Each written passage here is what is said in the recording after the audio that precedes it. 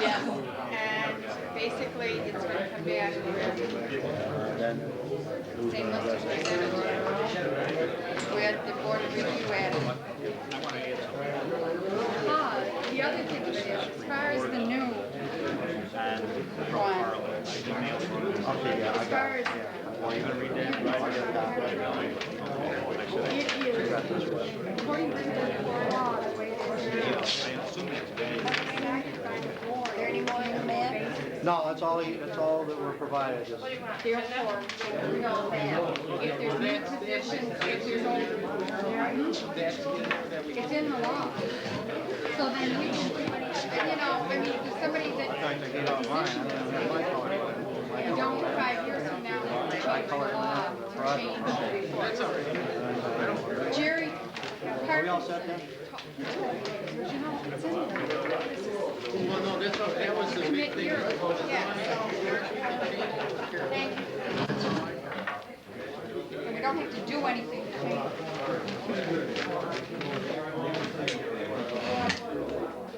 Okay, I'd like to reopen the public meeting on the PUD that was adjourned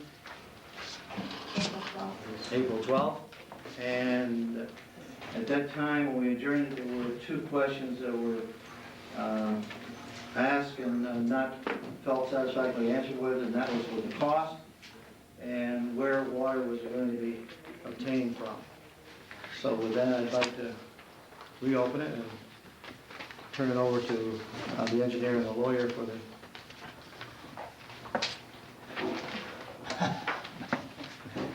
I'll outstare you.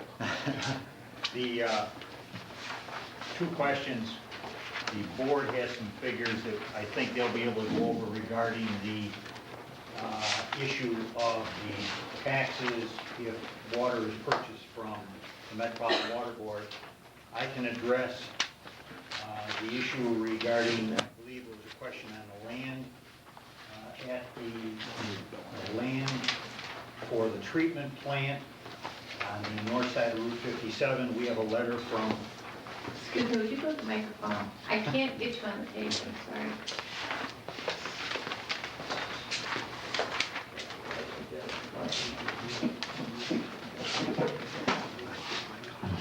regarding the issue of the land acquisition by the town for the treatment plant site. The plant was proposed to be constructed on the north side of Route 57 on the property formerly owned by Korchek. We have a letter in hand from Operations Schroeppel County which states that they will deed to the town up to, I believe, 4 acres of land, which will be necessary or required to build a treatment plant. The cost of the land, there will be no cost for the land, and I believe there's only filing fees that would be picked up by the sewer district. Correct? That's correct. That's one question. The second question, I believe, was source of water. The town has been in negotiations with the Metropolitan Water Board for tapping into that line, as we discussed at the last meeting. My understanding, there has been a tentative agreement reached, or at least on the table, between the Metropolitan Water Board and the town. In that agreement, there is a donation, if I may say so, Mr. Supervisor, donation from the Metropolitan Water Board to offset some of the town's costs in making improvements to the water system. And if that scenario and agreement is reached, the town then has options to review how it will operate and maintain its water system in a new water facility that would serve the PUD. And those options that the town will review is, one, considering an agreement with Onondaga County Water Authority, who could operate and maintain the system under contract with the town. The town could create its own water department and retain the necessary personnel to provide operation and maintenance of the water system. Or 3, the town could consider contracting with an outside source, another private company, to provide the necessary maintenance facility.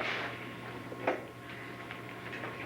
think those 2 questions, those are the answers I have for 2 parts. I think the third is the issue on the taxes. I believe the town legal counsel has an explanation on that. Right. Just a couple other things. In order for, if this agreement for the water that we have on the table with Metropolitan Water Board, it's on the table. We've reached a tentative agreement that's not yet gone before their board because we've not yet approved it here. But it's the feeling that it's acceptable to their board if this board accepts it.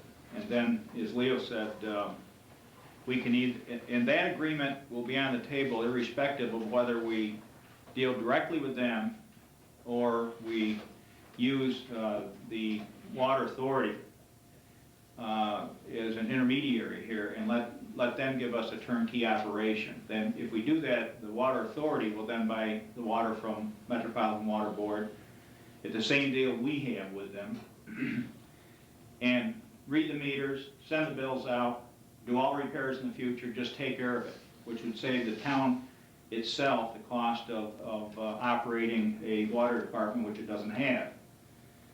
So that may be, and I think my feeling from the board last time was that may be the way to go.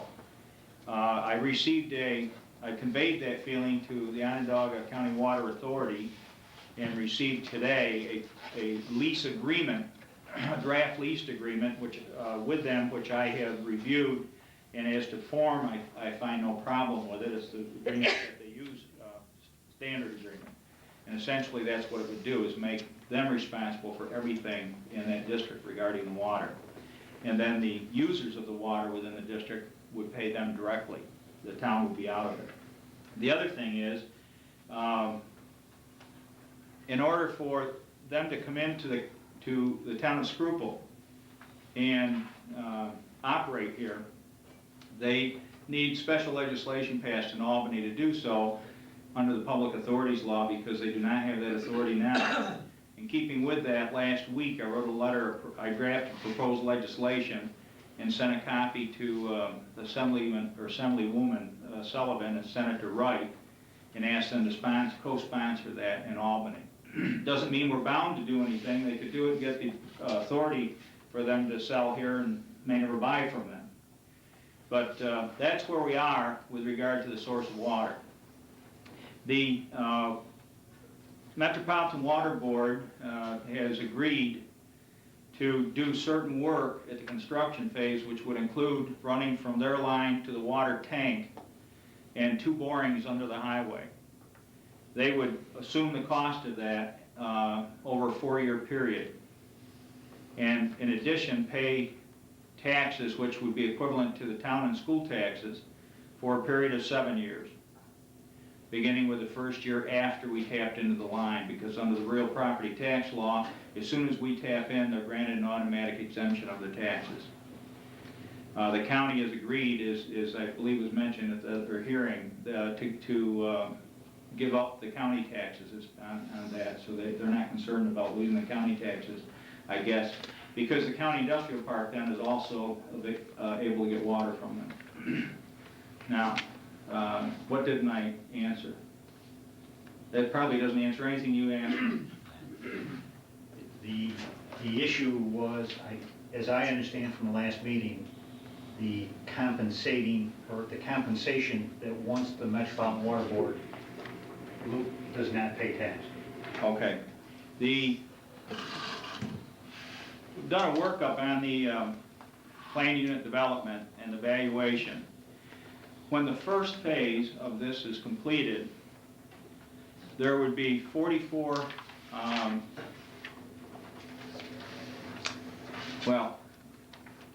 it's broken into the large lots and clusters, the inside marina view lots that are gonna be around the marina, I call it a big pond, in the residual land, and this total projected estimated value would be 12 million, assessed value now, $12,564,000. As soon as construction begins over there, the assessed value is going to be $2.8 million. And we would be losing, assuming we didn't get any payment over 7 years, in the automatic exemption under the real property tax law, I believe it's $3.6 million, is that correct? In assessed value for Metropolitan Water Line. So we immediately pick up 2.8, lose 3.6, but they're gonna pay us taxes over a 7-year period in a decreasing amount until the end of the 7th year. And assuming the goal here, the plan is that this first phase gets built up quicker than the decrease in payments so that there never is a net loss. That's the way this is scheduled out. Now, no, there aren't any guarantees here, obviously. I can give you what the scheduled actual tax payments would be if you're interested.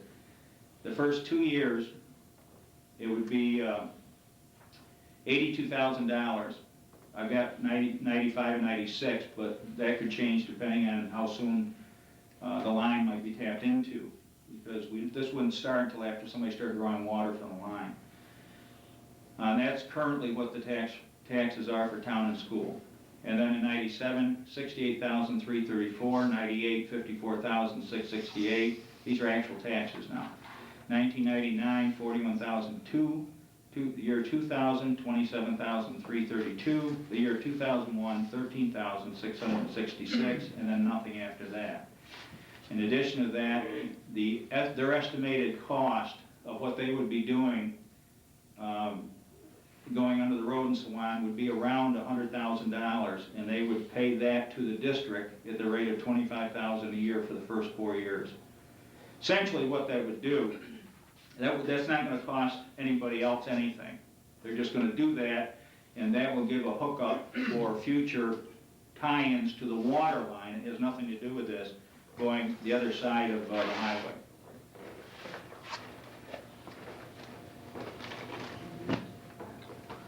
You say highway, you talking 57? No, 264. 264. They're not going to run the line for the PUD. They're just going to hook it. Maybe you should explain actually how this is going to run, Leo. You understand it better than I do. The improvements that are needed are a connection at the metro line, which is on the, I'm going to call it the north side of 481. There's a 10-foot piece that is lacking between the existing Metropolitan Water Board line and a 12-inch line that the town previously installed. So it is not on the south side. That's correct. I thought that's what we were told one time, that it was on the south side. The line is on the north, the metro line is on the north side. The town has constructed all but 10 feet, the last 10 feet. So there's a connection there. There is another line that needs to be put under Route 264 into the industrial park. There's a meter pit that needs to be constructed, obviously, meter the total volume of water. And there's some modifications at the elevated storage tank. Those items are essentially going to be covered through the payments from the Metropolitan Water Board. Obviously, if the actual improvement costs are less, then I would think that if we have extra money, that would go to that district to offset town expenses. Well, they're going to do exactly what you said. And just leave a hook up there so that linemen can run up and hook onto it. If that comes to $90,000, that they'll pay it back over 4 years. If it's 110, they're going to do that whatever the cost is. We don't have $100,000 firm price. That's what they estimate it will be out of the construction cost. Okay. Who pays for it originally? Did you just say payback?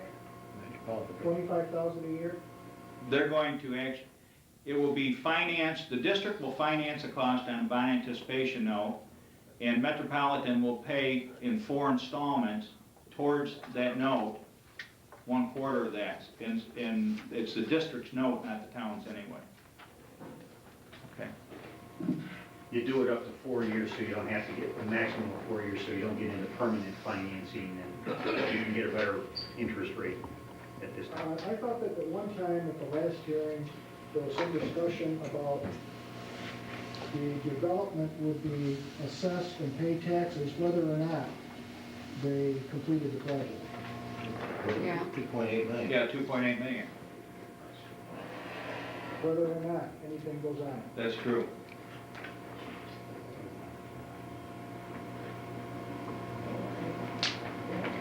What was this drawing we were given tonight? This is the first phase that the attorney talked about, evaluation of being $564,000. This is the first phase of his project that he will be completing. I thought I just heard the first phase, someone said 44 units. Well, there's gonna be 44 units. There are, if I count correctly, there's 60-some here in this. Well, there's 28 large lots, 44 inside marina views. That's 72. Wasn't it up to 88 on the first phase? Well, I'm just looking at the breakdown. This is the latest breakdown that we This is the got, latest breakdown. that Bill worked up as the latest work. The 132 is actually, those are the marina slots, right? 'Cause Those are the marina. They have to build that. Well, the marina has to be built According to first. as soon as they start the project, basically they have to start that. Yes. Right, he would build the marina first, the marina and the roads, and then get the water and so on in, the way I understand it. And he's gotta have that really to make any of the houses marketable. What's the date on this plan? What is the date of this plan? Do you know? I thought that the original plan that went through here had some single-family units on it, Yes, there is. and there are no single-family units on it. This is phase 1. Major cluster. This is Oh, the Up here. This is the whole project. No, there's a The black Look at line. the black line. And here's around, Maybe someone's gonna understand. I have a plan in front of me. Trying to see. It shows units. Does that not show all the units that are gonna be developed? Technically. Right, there are no single-family units, that's what There's only one single family unit, as far as I can see. I don't see that. Upper right-hand corner. There's 2 driveways, that's a two-unit building. Unless someone's trying to fool me. No, Ron. They wouldn't do that. No, they wouldn't. No, all I'm saying is there are no single-family units on this plan. And I was sure that the plan that went through this planning board, there were single-family buildings on that plan. Well, if there is, they have to follow whatever was approved by the planning. I mean, they have no That's why I'm choice. asking, what's the date of this plan? And I obviously can't read the date because it's so small.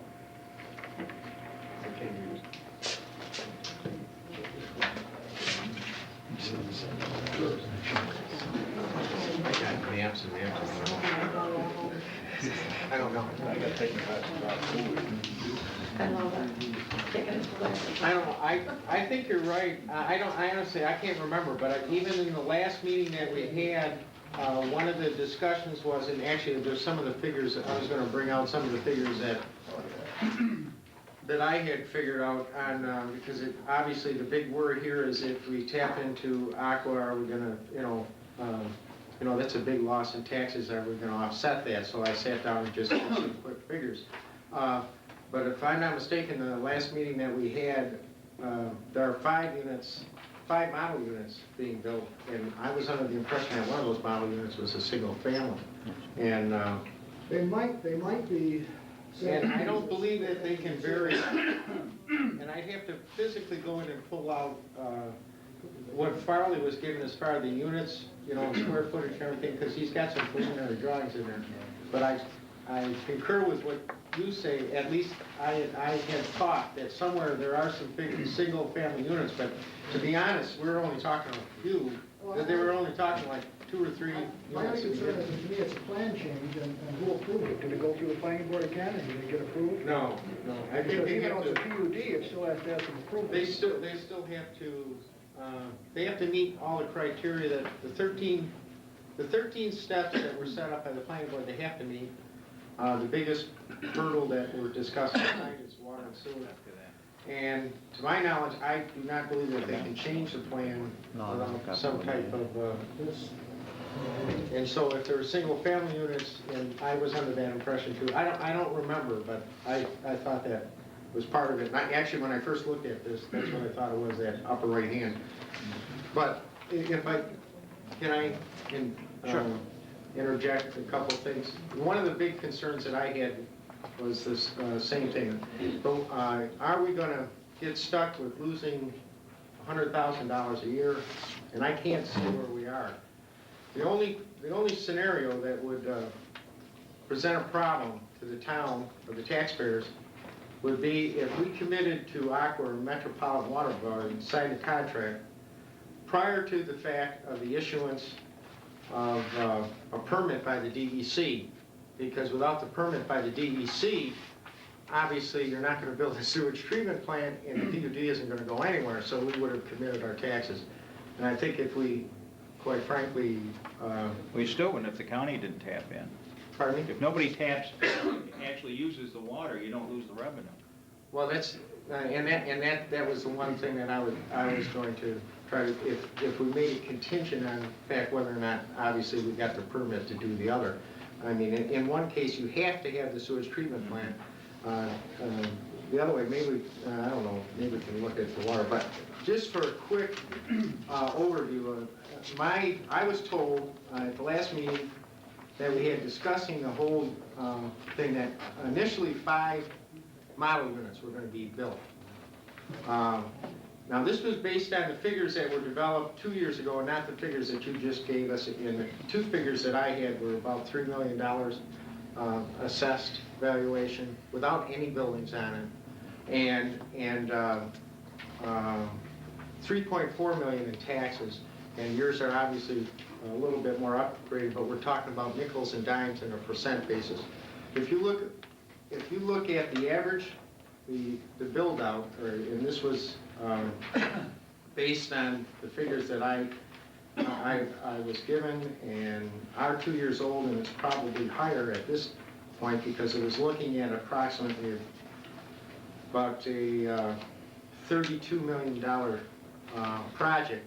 That would bring down, if you added 184 units and all the cost improvements and everything else, an average price of about $173,532 per unit, which would really extrapolate out to, if he only built 1 3/4 units after everything was approved, that would compensate for our loss in taxes.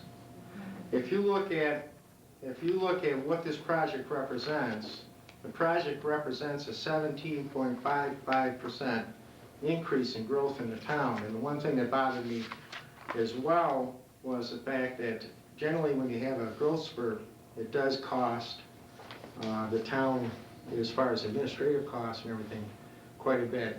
And I talked to a couple of people, and the figure they came up with was about a 10% spurt in cost of services. So even with a 10% spurt, you're still representing close to an 8% growth in covering the cost, the total cost. If he just builds out the first phase, doesn't do anything else, that's almost 4 times what we're getting in assessed valuation from Metropolitan Water Board. I think the only thing that the town could lose on, or has the potential of losing on, is if, for some reason, the DEC doesn't issue a permit and we're dumb enough to sign a contract that we give up on. I don't see that occurring. I will protect you in that one. But I honestly can't see where it can't, we're going to have any loss. Dave, I did some numbers and they correlate with yours. I took the new tax rate for the school at $17.58, and I come out with the $12,564,000 of the first phase, the first third of this project, $219,750 in brand new revenues. In terms of, and for the next 7 years, through into the 21st century, by the way, and happy to say that we're making some improvements, I hope, into the 21st century. That if this project is completed, that figure will practically triple, and the school district will get somewhere over $600,000 at a loss of about $60,000, but that total loss won't be realized until the year 2001, which would mean that if this project, this first third, is done within the next 3 years, we will have the bonus of the 82,000, the 82,000 for 96, the 68,000, with the additional 219,000 in school tax. The total tax, and this is a rough estimate because I didn't put them all together, at $30 per thousand is a net of $375,000 with the reduction of the prorated reduction, and the $82,000 is the amount of money that will be gone. That's just on the first third of this project. I was watching a news show tonight, and they were talking about a $40,000 government expenditure down by the mall down in this city, and they were planning an aquarium, and it seemed like every newscaster and every person there was ecstatic about government spending $40 million with no tax base because it's a government project, but they're hoping to realize some money on tourism. This is a personal investment. This is an investment by a citizen who is not asking for tax abatement, who is ready to bring us into the 21st century with a tax base, and I think we need to approve this. Wes, you want to stuck up the microphone? The clerk can't get the comments on tape.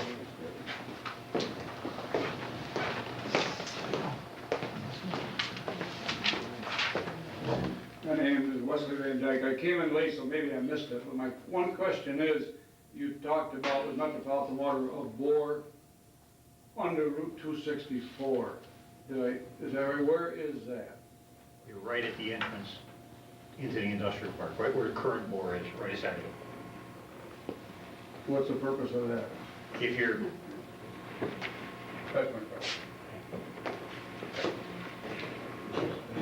the purpose of the second bore under Route 264 is you need to take, in order to serve Route 264, because the Metropolitan Water Board line is low pressure, you need to take that water, pump it to the tank.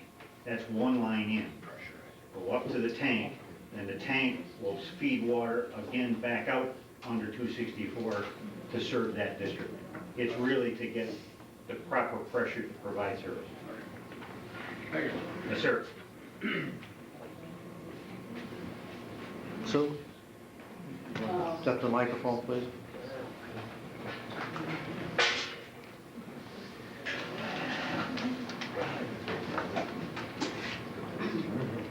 I had a couple of things that I wanted to mention, but I did want to ask a couple of questions first. All these figures that you're throwing out are based on 44 units assessed at $173,000 a unit. Am I putting it right? No.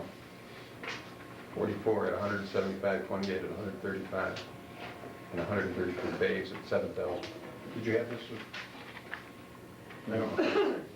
No, I've never seen that. There it is. So these are going to be $175,000 unit houses. $175,000 per unit. That's the estimate from assessor's office. Okay. And so all of your projections all of the figures are based on the fact that, say, within the next, with how much we're going to gain as opposed to how much we're going to lose from Metropolitan Water Board, are all based on the fact that within the next 7 years, 44 people are going to buy a $170,000 unit house. No, they don't have to buy 1 3/4 person to break even. That's all I look at, is let's just break even. Let's not, everything else above break even is positive. So he's only got to sell 1.75 He's got to units. build, not sell. Well, okay, build and he's got to sell them. Well, I know build is all he really, because once it's built, we'll be taxing him. He's Oh, okay. Somebody's gonna be Okay. paying and he will. That's, okay, that's true, okay. Okay. He's got to build two units, and that's based on that average. Now, he could build, quite frankly, he could build 5 units at a lower average. I mean, that's Right. logical too. But in essence, that's where the break-even point is. So I think from that point in time, everything is positive flow. Now, what we have to do is ensure everybody that we're not going to lose out by if we do tap in, we have to be able to ensure that that money is going to be at least what it was before, if not before. And if you look at what's happened in the last 2 years, we've been cut 50%, and there's no guarantee that we won't be cut 50% next year. So why not As wait? far as- Why not wait until there is no law? Yeah, but what, well, So, Mr. Hamber, do you think we should do this then? do I think we should do this? I don't, as long as we're protected, I don't see how we can lose with this.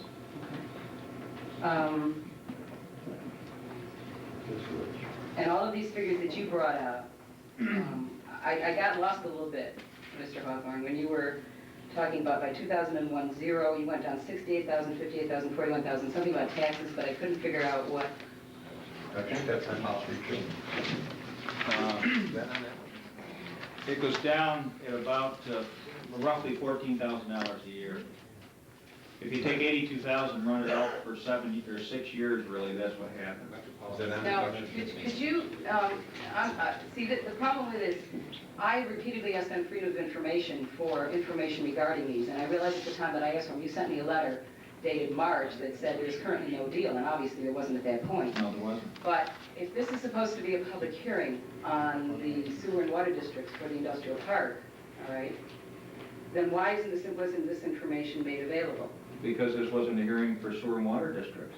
Oh, it's not? Water districts were formed in 1991. No, then this is a hearing on what then? I'm a little. It's a hearing on the bonding, it's a hearing on the whole finances of the project, where it's a All right, so it's a disclosure. hearing on this proposal,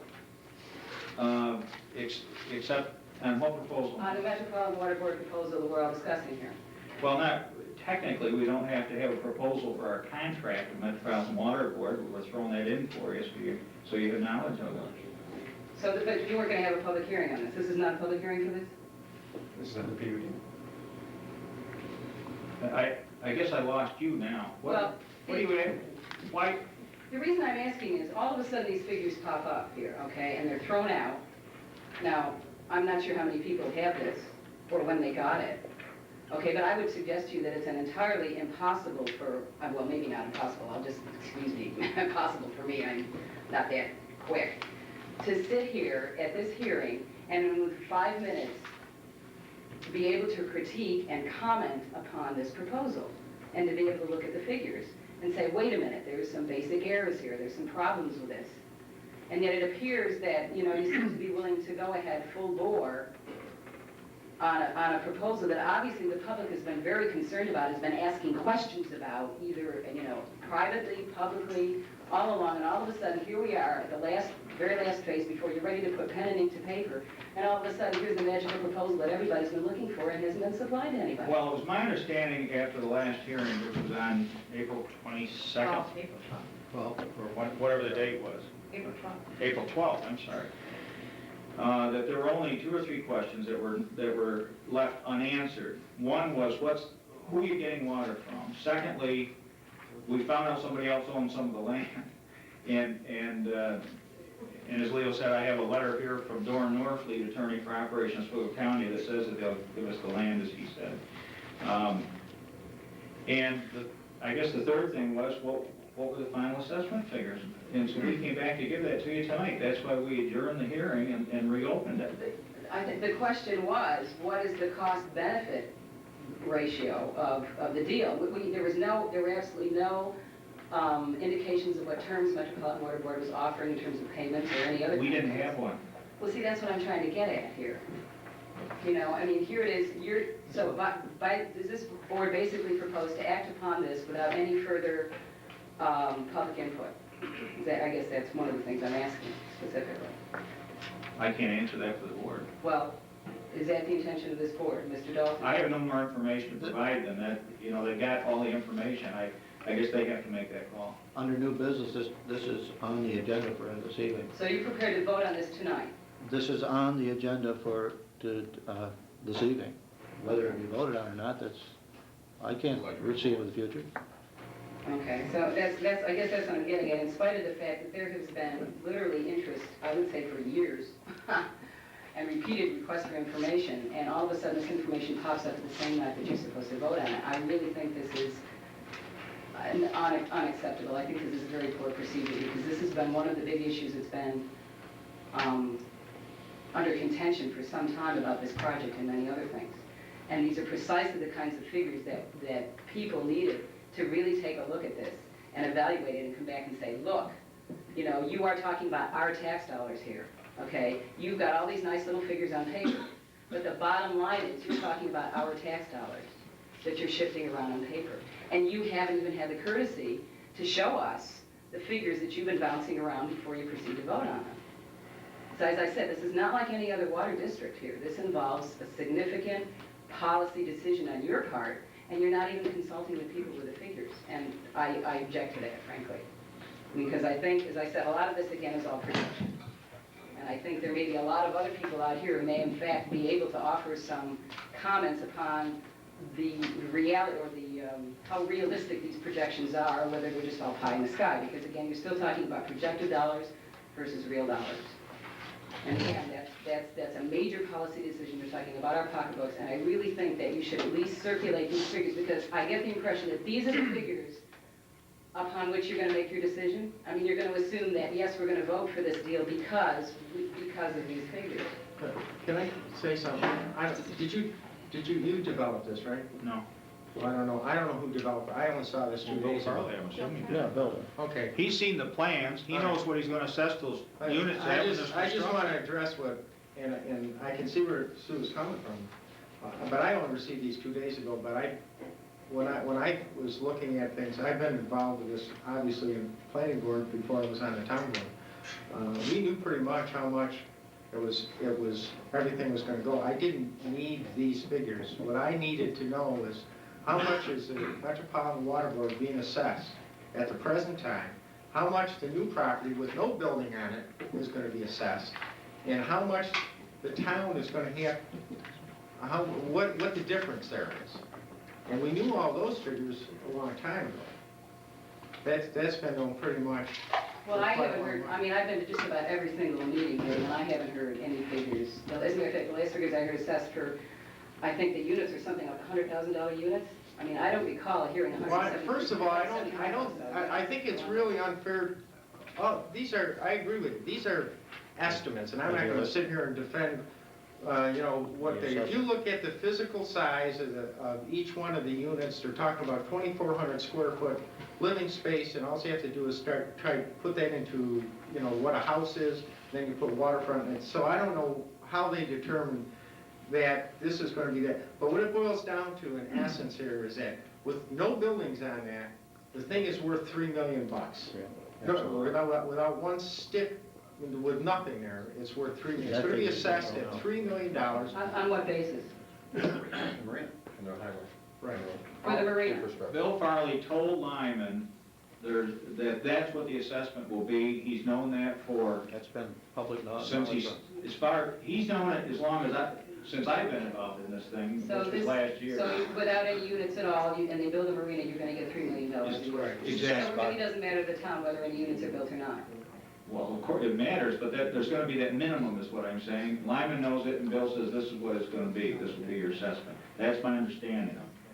And I know Lyman's aware of it, because I've heard him express it, and I know Bill's said that to him, because Bill's told me.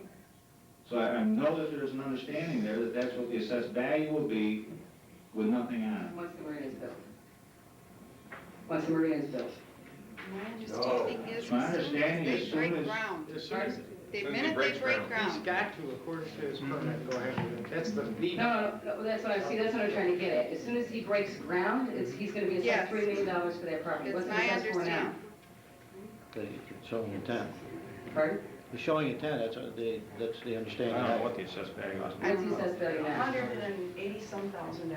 $180,000. So as soon as he puts a shovel in the ground, he's going to be assessed $3 million?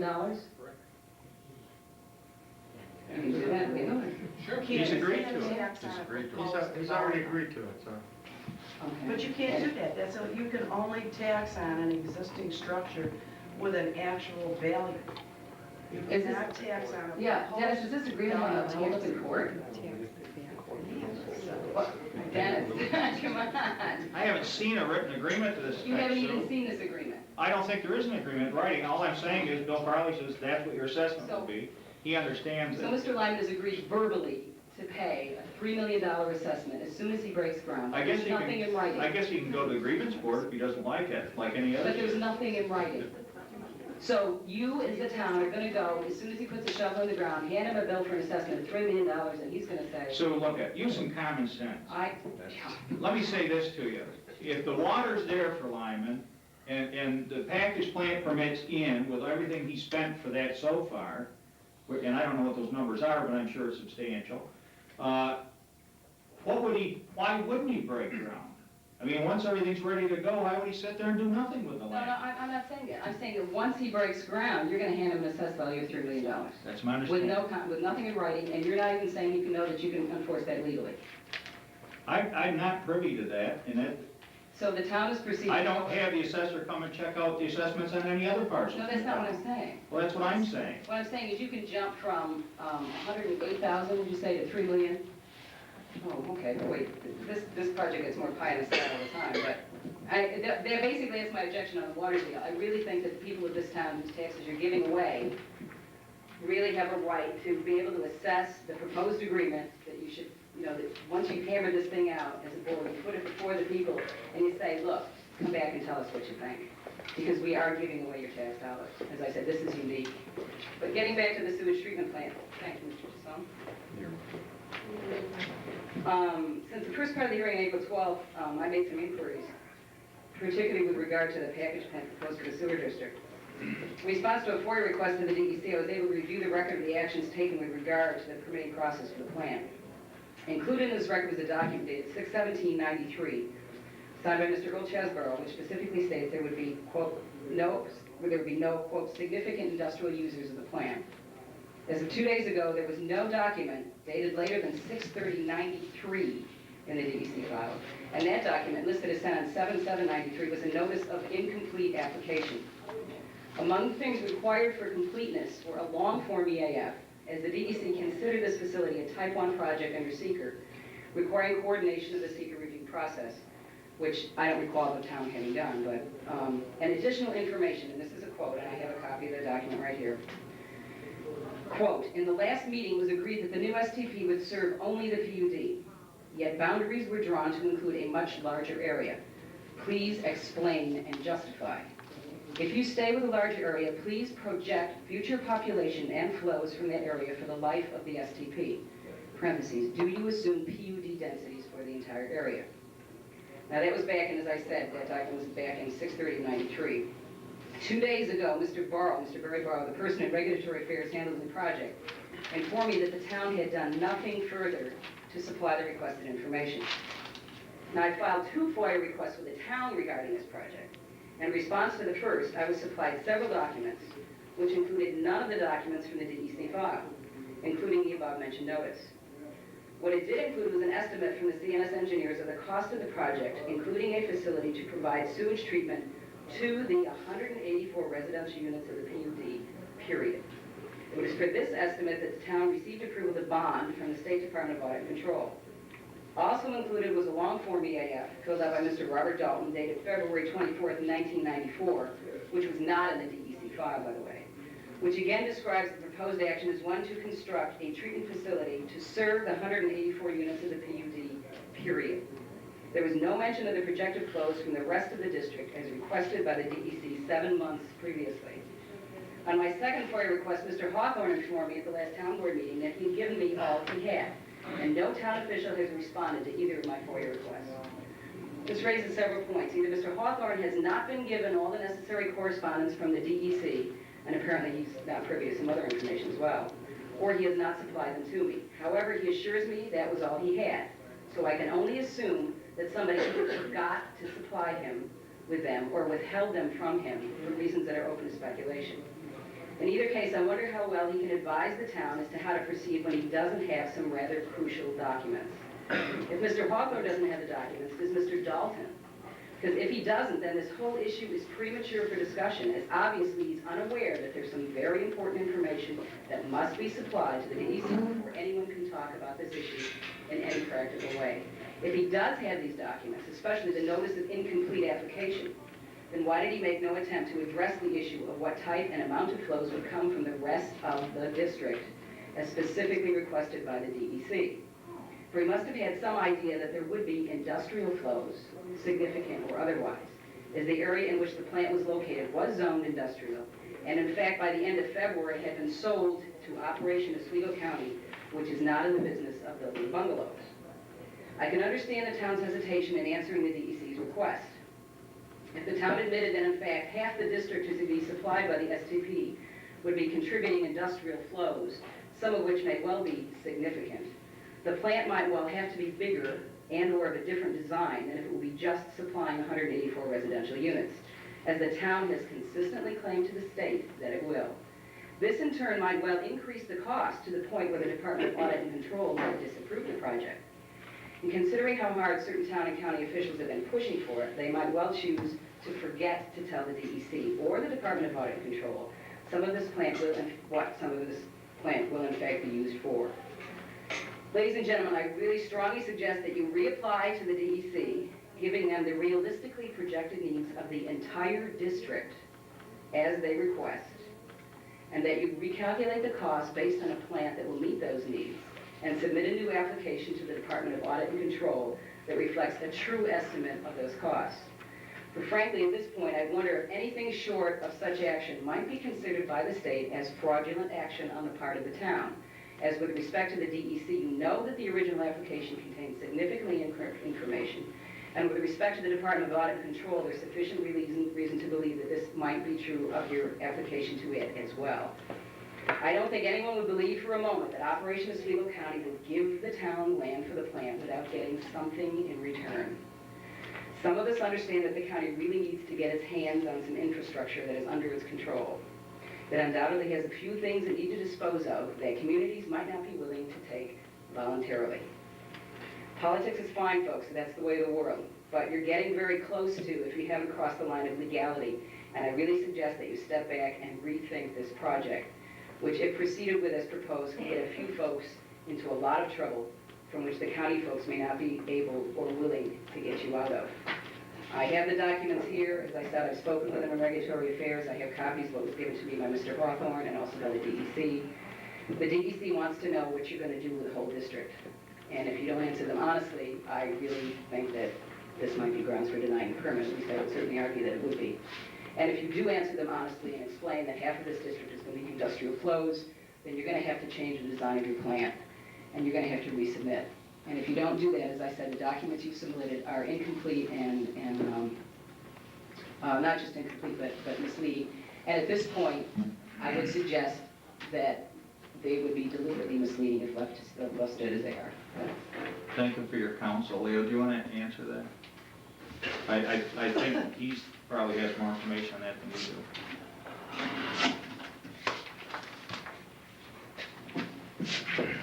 Just for the board's information, our office has not been contacted for any further input or information on the project. One, our office prepared for the town of Schroeppel the initial application to DEC, which was signed by the former supervisor. The purpose of that application was to determine the requirements of DEC for such a facility, and to find out what they are going to require in the application to consider issuing a permit. And yes, Mr. Barrow sent back the proper notice of incomplete application as one, final plans and specifications for the plant aren't included. Mr. Barrow also questioned the size of the district. As the board's aware, the district was formed, I believe, 2 or maybe more years ago. 91, or 3 years. At that time, there was different alternatives that were considered for disposal of waste from the project. Since that establishment of the district, we now have different conditions and are looking at a new type of treatment of sewage, which is the package treatment plant. That's why there is a question from DEC as we're proposing only the PUD portion of the district to be served by the package plant. We have an existing district with only a portion of use at the time we made the application. On February 22nd, 1994, we submitted additional information to DEC in response to their questions and gave them projected residential flows from the PUD and what we were considering, obviously, the 184 units to be served by this package plant. Our letter to Sandra Lizlovs, Lizlovs, at DEC, indicates twice in the letter that upon at least our position as town engineer, the plant was to serve only 184 units of the PUD. We also indicated to them the circumstances of why the district was larger and why they had a right at least to question that in their notice of incomplete application. The process here is one to get an initial interpretation from DEC, what they will require. That gives us the guideline to put together a projected project cost for a facility, which then we can take that cost and assess it to the district. Before a permit is going to be issued, final detailed plans, specifications, design criteria have to be submitted to DEC, reviewed and approved by them. To be honest with you, the process here is before any firm, especially our firm, is going to go out and spend significant time, effort, and dollars. The process is to present the project to the town.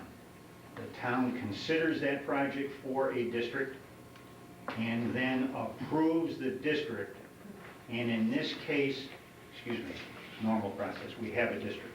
In this case, based on approval of audit and control, they would, under resolution, correct me if I'm wrong, Counselor, authorize the maximum expenditure of funds, X amount of dollars, for this project. Once we know the town has approved the project, then there is a mechanism by which costs incurred are then chargeable to the district and the project. So that obviously for our sake, pardon me, Counselor, your sake, is that our time and effort is going to be reimbursed. So, in our opinion, we are following the process of DEC. Find out what they're going to want, and then start providing them the information they will need to issue a permit. We have an indication from Sandra Lizlovs. I believe she wrote the letter that at this time they have no indication that a permit based on their requirements could not be issued for the project for the package plant to serve 184 units. Question? May I ask him a question? Well, a statement for, Mr. Kenny, earlier we talked outside, and concerning some of the things that Sue Hammond said, was that if anything is added to this district, the whole procedure would have to start over. And is that the question I asked? And you answered that nothing more than this can be serviced by that sewer district and that water district. That's correct. Without going through the whole process all over again. That was what I wanted to get clear. This is the entire package. By what we have done so far, nothing can be added to this in terms of going outside of this district without going through the whole process from the first sentence. Essentially, that's correct. Okay. And I say essentially only to the fact it's the degree we have to, if there's added flow to the plant, we have to notify DEC because that plant is going to exceed its limit set forth by the Speedy's permit. The type of flow that is discharged to the plant has to be defined to DEC. We are calling residential normal flow, okay? That is what the design or the treatment capability of the plant is based on. If there's, quote, industrial flow or flow from an industrial area, we have to define the type of flow, you're correct, to see if the plant has the capability to, one, handle it, or what has to be done to the plant to handle, quote, industrial flow.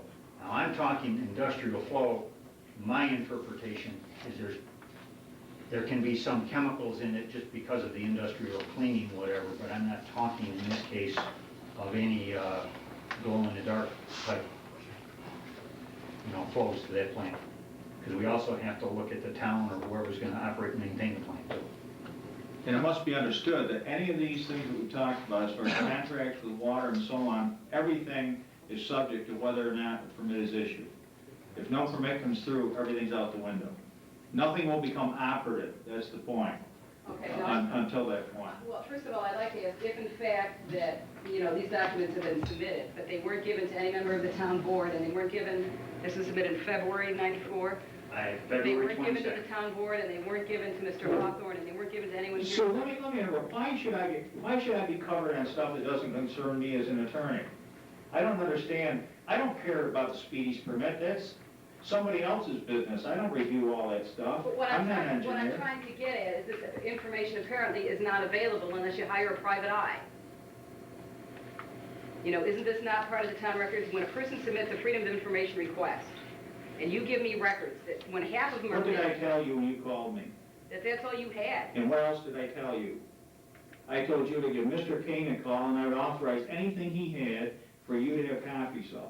And I spoke with Mr. Kane about that. Is that correct? Yes, sir. So I don't want to hear I it. You know- wanted us to go make the copies for you and go dig them out at town expense. No. That's not the way it works, and you know that. You know that when a Freedom of Information is requested through the town clerk, through the proper officer, then she gets the information. She gave you what she had, I gave you what I had. I can't make up stuff to make you I'm happy. not saying that at all, okay?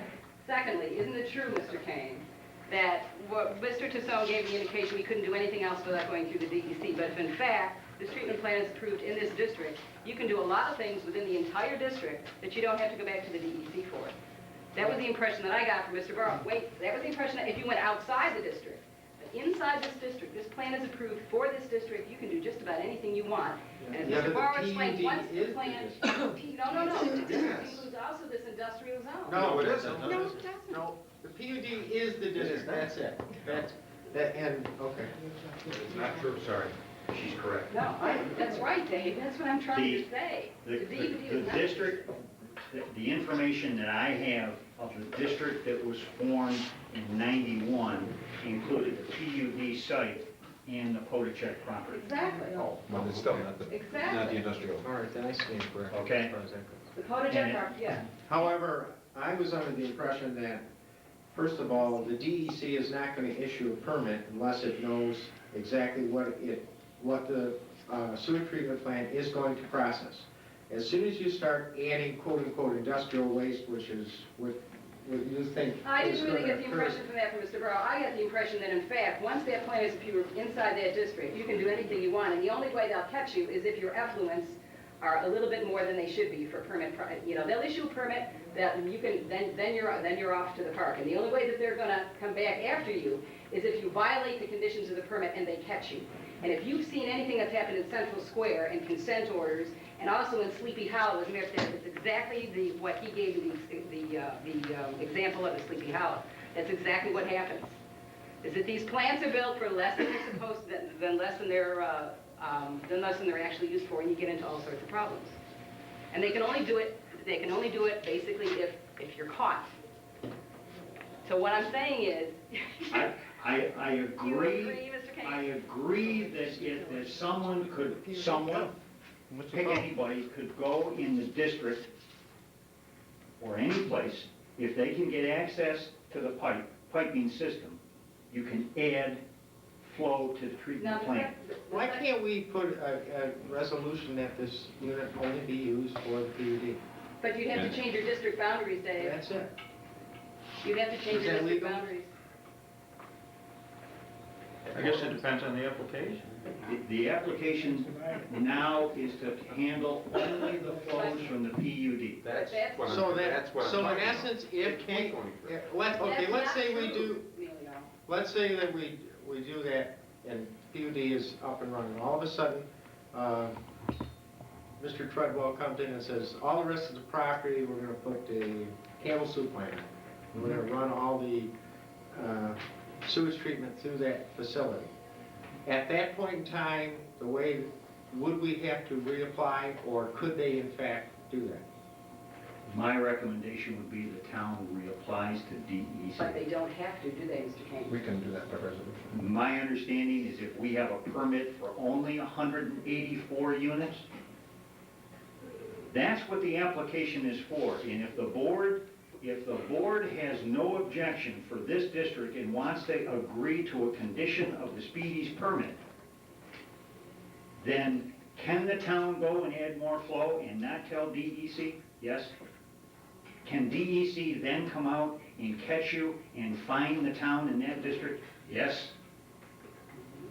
But the town. Can the town But make what a I'm saying is you resolution don't that have to only go- the 184 units be serviced by? Can Until we do that by, further- Why not? and that any additional, if anybody attempts to do any additional, then it would New require a application to total DEC. reapplication? Application for modification of permit. Right. Yeah.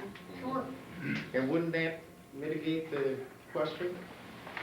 Sure, I I would suggest that maybe, and I don't know, but I'd ask the question legally, if somebody was legally living within that district, didn't have a right to use that STP, or anybody was included within that sewer district, would not have a legal right to access to that STP, which was built to serve that particular sewer district.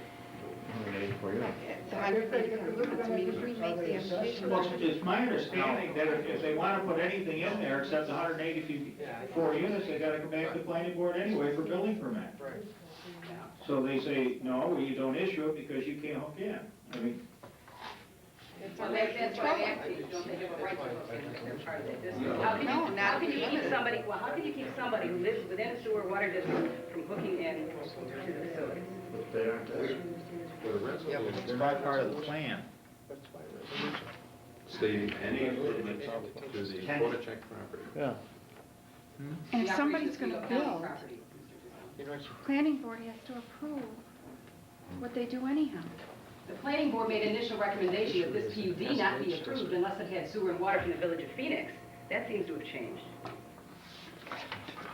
The point I want to make is that once you approve this, once you get the DEC to approve this, with this 184 units that everybody's sticking to, once they do be approved, you don't have to go back to the DEC. The county knows this, Operation Oswego County knows this. I have another question. When they're giving us these 4 acres of land, they don't want, there are no other verbal or gentleman's agreements or anything in writing here? Does anybody seen anything in writing in Operation Oswego County? And then on what conditions is going to give the town 4 acres of land? If they, wasn't it in the deed? Recording costs. No, that's what I'm saying. This is a written agreement. Have the town board members seen this? Have any of the town board members seen this? I haven't seen it. So again, you want to vote on the plan when, again, none of the town board members have seen the agreement by which we would even get access to the property. It's not a signed contract, it's a letter from Operation Oswego County's attorney Seen it. with her original signature, dated May 10th. Said, "Dear Dennis, pursuant to your request, please be advised that Operation Oswego County has agreed that it will convey the land required for the construction of a sewage treatment facility not to exceed 4 acres to the municipality which shall be constructing said facility." This municipality being the district in that case. Said conveyance shall be at no expense to the municipality except for the recording cost. Very truly yours, Dora Norfleet. Okay, so that's, but their actual contract doesn't do that. This is just sort of. We don't need a contract. Without, all I will do is say we're ready for the deed, mail it, just mail me a signed deed, that's it. Another thing is, I honestly, I do not think the DEC is, in light of what's going on, maybe the mayor is there, maybe she can enlighten us with respect to what the DEC is attempting to do with the water or reclassification of water in the Oswego River. I think if there's any inclination, any hint, any even remotely veiled suggestion that the sewer treatment plant is gonna be used in anything in excess of the 184 units, that would torpedo DEC's effort to reclassify the water in the Phoenix area, and they won't issue a permit, and then makes the whole point moot, and that's actually one of the things that I brought up initially. Until the permit's issued, and I don't see any problem with us mitigating this entire problem by merely making a resolution to the fact that it will only serve the 184 units and nothing else. And anything else that attempted to be added on must go through a totally complete. And the planning board be bound to. Well, they would be bound anyways, because any I know, but industrial site. They wanted, if they needed the confidence, we could bind so that all would have to be totally re-reviewed for any additional discharge or something. If that's true, then why are you proposing a plant that's roughly twice the size that you need? 184 units. We're not proposing? I don't think I it thought is. they is had it? drawn up, had drawn up. 6.4 million gallons per day, and the plant's going to be able to deal with about 1 million gallons per day. I got it here too. Probably, or some of the other areas. Well, I don't know, but I think we have to, whether you like to or not, you have to incorporate some iodine in it, no matter how hard you try to keep it out. I would think, You're gonna plant Brian Ira at the beginning house. well, I mean, it's gonna happen, I mean, reality is, well, tell me the truth, is it gonna happen or is it? Is it happening at Oak Orchard? Sure it is, it's a brand new facility. Is it happening in Phoenix? Sure it is. I mean, you have to anticipate some of that, but. The point is, I you're not think gonna what I'm build- getting at is I think what everybody knows here is this plant is gonna be used for industrial purposes and probably eventually hooked in to the Oswego County Industrial Park, which would free the county from any dependence on the village of Phoenix, which they've been trying to get for years. And that is really, and you just set up here, even if you get the marina in, if he doesn't build one housing unit, okay, we're gonna get our tax base back, which is the only thing that anybody seems to care about. So nobody really wants to build this STP for 184 housing units. Why is the STP going in the middle of an industrially zoned area across 4 streets? Why not go in the PUD? It's gonna take, the plan itself is actually gonna take only half an acre. Put the physical plan on. You could change, if this is really for the 184 housing units, it's absurd. And I think even, and as I said, I don't think the DEC has been known to overlook a lot of things, but when the DEC said, hey, wait a minute, we want projected outflows for the entire district for this plan, and I would really like to see those figures that have been supplied for the entire district, to see if this plan in fact is going to do it. And the second thing is, when you talked about this in February of '84, when you gave back the plans, Mr. Kane, the figures that I got here that were supplied to Mr. Hawthorne indicate that the figures that were submitted to the Department of Audit and Control upon which you got approval to bond in the first place were for figures based on, what is it? 1493. So in other words, and we're also, yeah, here it is, CNS 61493, the project provides for construction, blah, blah, blah, to serve the proposed Oswego County PUD project. Package plant will be located, blah, blah. The facility will provide secondary treatment for the 184 residential units, and that was a $485,000 cost, which I understand. That was what was submitted to the Department of Audit and Control, and it was on the basis of those costs which was approved. Now Mr. Kane says he's going to go back and sort of explain to the DEC that in fact maybe it's a bigger district is going to have higher flows. No. No, it's not. He gave me those costs that I submitted based upon Did the Sandy 184 provide you with her April 7th letter? No. That was from the Department of Regulatory Affairs. There's Geez. nothing in there. And those are the people. Dear Mr. Kane, she reviewed our data submitted in February. The report, CNS report, assumes a flow of 350 gallons per day per household for a total of just over 64,000 gallons of sewage. We, the DEC, typically assume that a household produces 400 gallons of sewage. At that flow, the facility should be designed for 74,000 gallons. The DEC has recommended enlargement of the size of the plant based on their numbers. But this still, April 7th Fine. DEC. What I'm saying, Mr. Kane, is does not address the issue of the flows from the rest of the district. This only addresses the issue of increased flows from the PUD itself. And the plant is being designed to serve 184 units of the PUD. So what is the answer to the DEC's question? What about the projected flows from the rest of the district? Has the town answered that question? There are none. Will be zero. We'll use their figures, 400 gallons per day. If they have to have a number for something that, quote, there are no plans for, it is vacant land, it is the district, but the application is for 184 And what do you units. project? They're asking for projected flows. Do you project PUD density here? Obviously not. I project 184 units at their flow. I will use the DEC number of 74,000 gallons.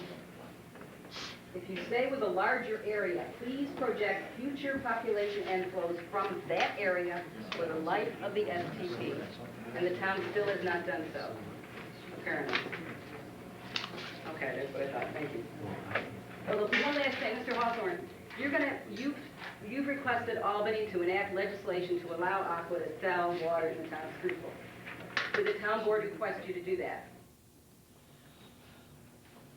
You could have written and asked for it if you wanted to. Anybody can ask their senator and assembly person to Okay, so sponsor basically you did legislation. it as a private person and not as a representative of the town? No, I did as a representative of the town. Well, that's what I'm saying, who asked you to do I it? did it. They asked me to go ahead and try to enter into or get a contract on the table, not to enter into one, obviously it's gotta be done by resolution. As part of that, we couldn't do it anyway unless there was special legislation that would allow them to service the town. Well, then why go ahead and request the legislation when the town apparently hasn't even approved the contract? I don't have an answer for that, Sue, you're right. You know, you don't seem to understand sometimes that you can't put all this stuff together in 2 seconds, submit it to everybody tonight, and then answer tomorrow. You know the date that the original was submitted last year, you know when it went to audit control. Things just don't happen that way. But see, but tonight, that's exactly it, except tonight you want it to happen that way. You want the board to vote on a proposal from the Metropolitan Water Board that they've seen for 2 days, and the rest of the town hasn't. I don't want to discuss it with you. Any other concerns from the public? All right, we'll close the hearing then. Rod, I'm sorry.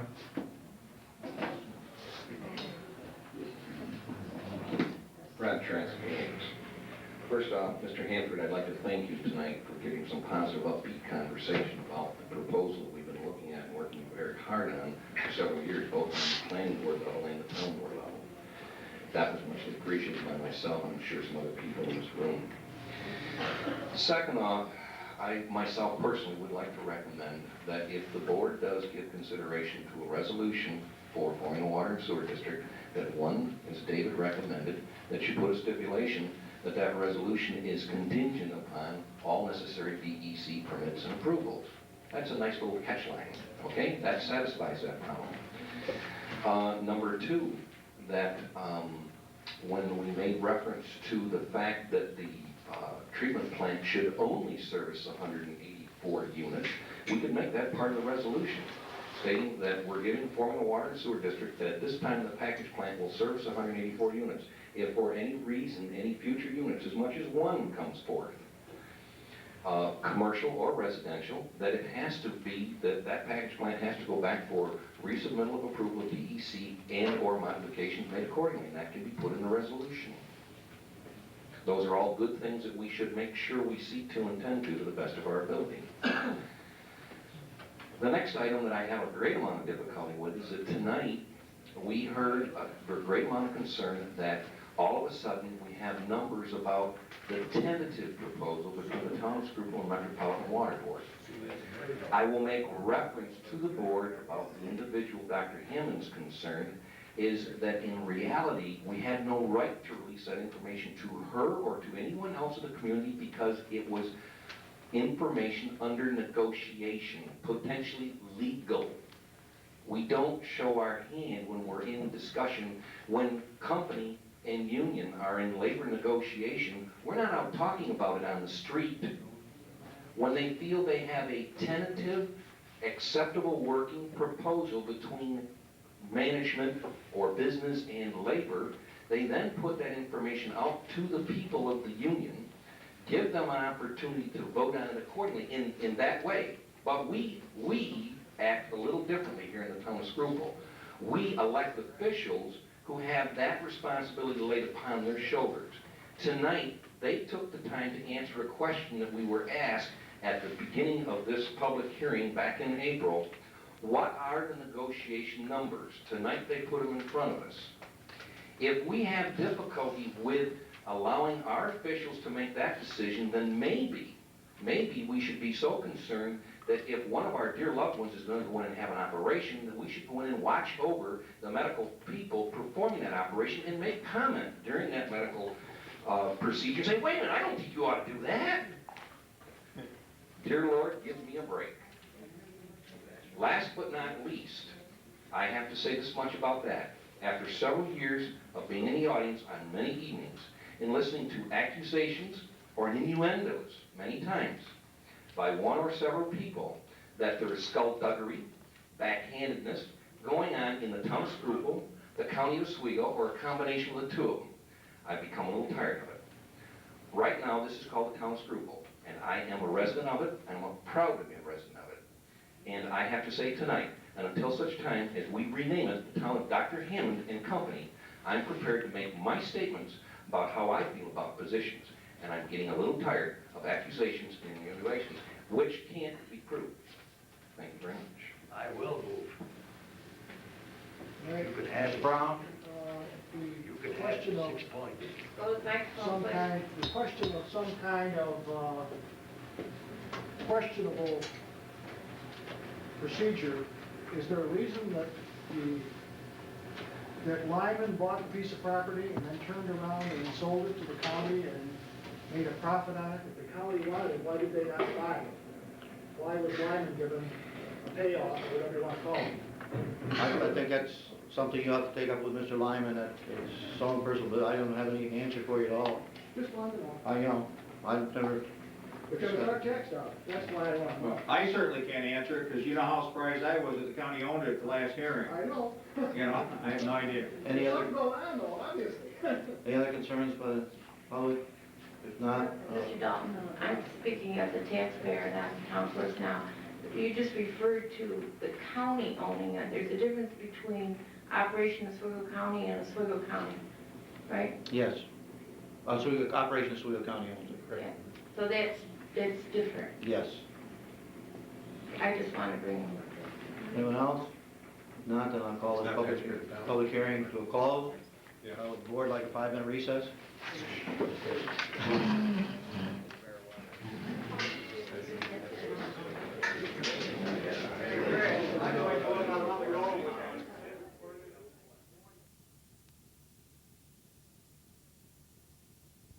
Order by saluting the flag. Pledge allegiance to the flag of the United States of America, and to the republic which stands one nation, under God, indivisible, with liberty and justice for all. Open the meeting up to any public concerns at this time? No public? Yes, ma'am. Well, seeing how I'm not active anymore in the political arena, I had to read in the newspaper about the trail that was proposed Yes, ma'am. along the river. And we happen to be property owners of 3 river lines, which we just recently found out how extremely valuable they are after the assessment. About 8 times more than what we paid for them, but they're still, they're still vacant. I would have a concern, Bob, if that did happen. We had gone to the assessor and asked him to remove the 180-foot, whatever. And initially I thought, well, gee, it would be kind of nice, But then the more we talked to people over in Bergen and places where there's public access to private properties, they have a great deal of vandalism. They have a great deal of pollution and disrespect for other people's property.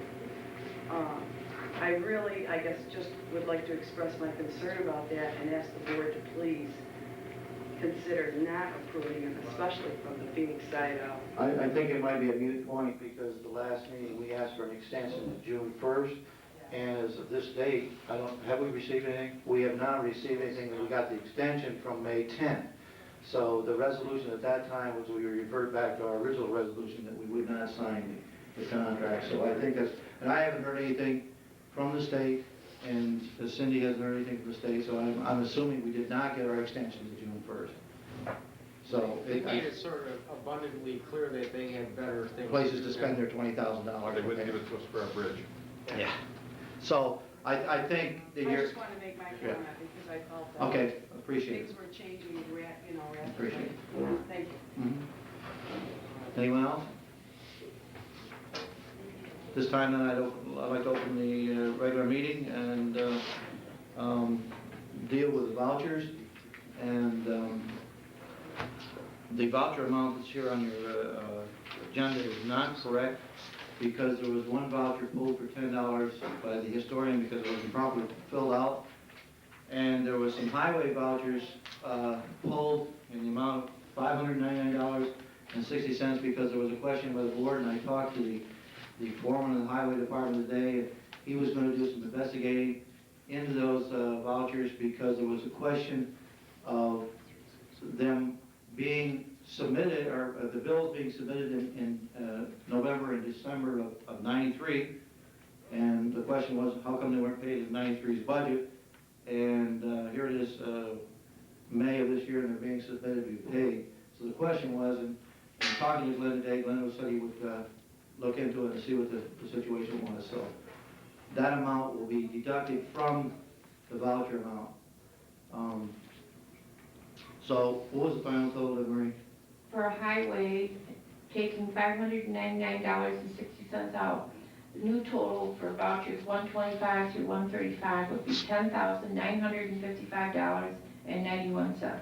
And for general, voucher number is 298 to 317. The new amount would be $10 less, in other words, $47,134.61.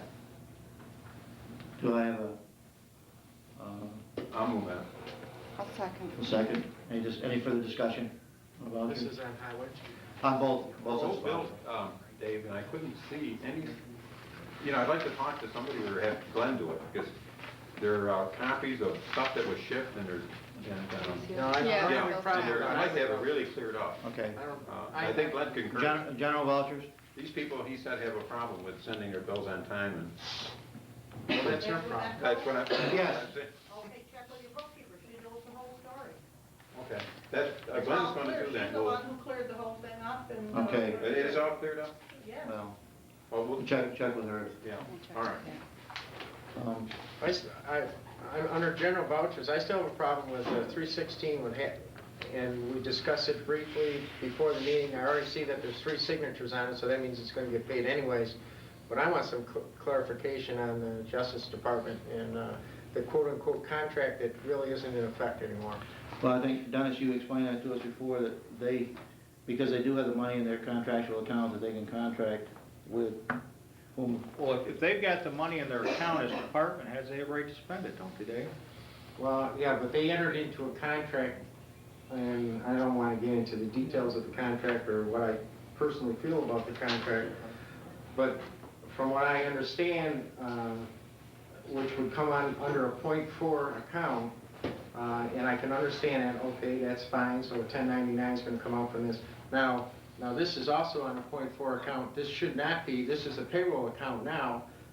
This is not a contractual thing because she's already lived up to her contract, so where's the new contract? Who negotiated the new $12 an hour rate and a few other things? So I have a real problem with, since we aren't, yes, they can go ahead, but they already had a contract which they completed. Now they've got a new contract, and I haven't seen the contract, and quite frankly, I think we should be kept abreast of what's going on here, because I don't want them turning around at the end of the year saying, oh, gee, by the way, we're gonna need some more money in our contractual accounts. Well, they can't run their contract, they can't enter into a contract legally for money to spend in excess of their budgeted line.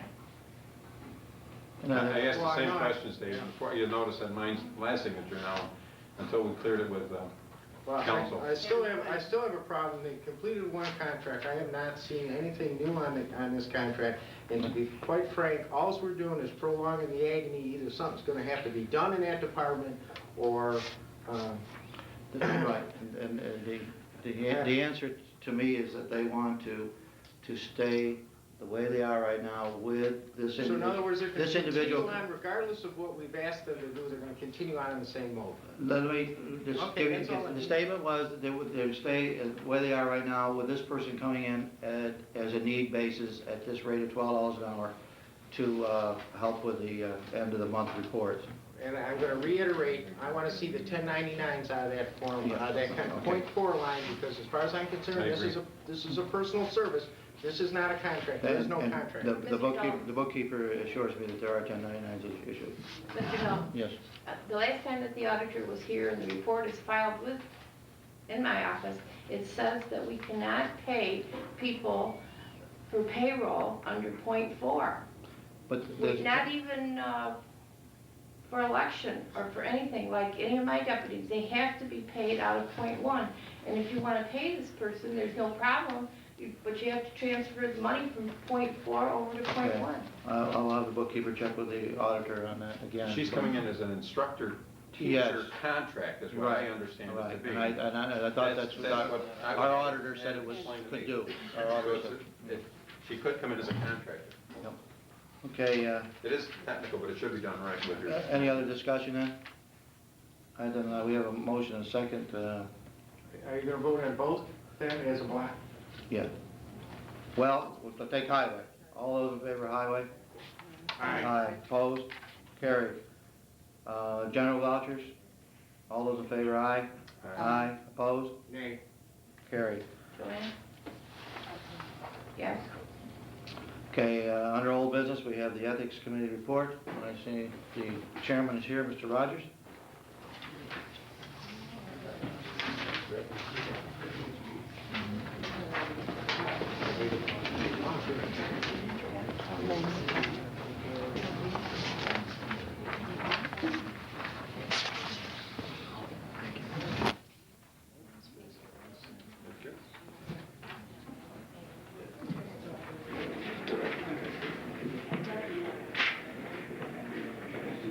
That's not I want to say. The Board of Ethics is coming to the town board this evening with basically two recommendations. Recommendation one, and we feel that this is important and the time is now to do this, that the Code of Ethics be adopted as was submitted back in April. And number two, our recommendation that the Board of Ethics recommend to the town board that the level 1 list be adopted as follows: supervisor, council persons, judges, assessor, community services coordinator, assistant community services coordinator, town clerk, planning board members, board of appeals, zoning members, superintendent of highway, tax collector, union steward of the highway department, and board of review. Respectfully submitted, R. Rogers, Chairman. Any questions, Mr. Rogers? I mentioned to Judy, because the one thing that I was concerned about is, well, there's a lot of things. If you start, I suggest using the counties, because there's, in all likelihood, we're going to have, I would hope sometime we'd have a comptroller, maybe an internal auditor, a few other things. According to this budget officer, an auditor should also be level 1. But I've been reassured that in our document there is the capability of upgrading on a yearly basis to a level 1. Is that correct? Right. Can I respond? Certainly. We had in our possession, and we obtained a Schedule 1 from the Oswego County Ethics, which is quite an extended list. And we felt that because they had that, there was no reason for us necessarily to go ahead and adopt. In the code, once it is adopted, and I hope we'll do that, on page 32, Dave, at 9.21, disclosure to appropriate body, it says the town board shall annually determine those officers, employees, or appointed officials who must file annual statements of disclosure and submit such list to the appropriate body. So I think that is the answer to your question, and when we looked at it as a committee, we felt that indeed that was the case. Anyone else on the board have?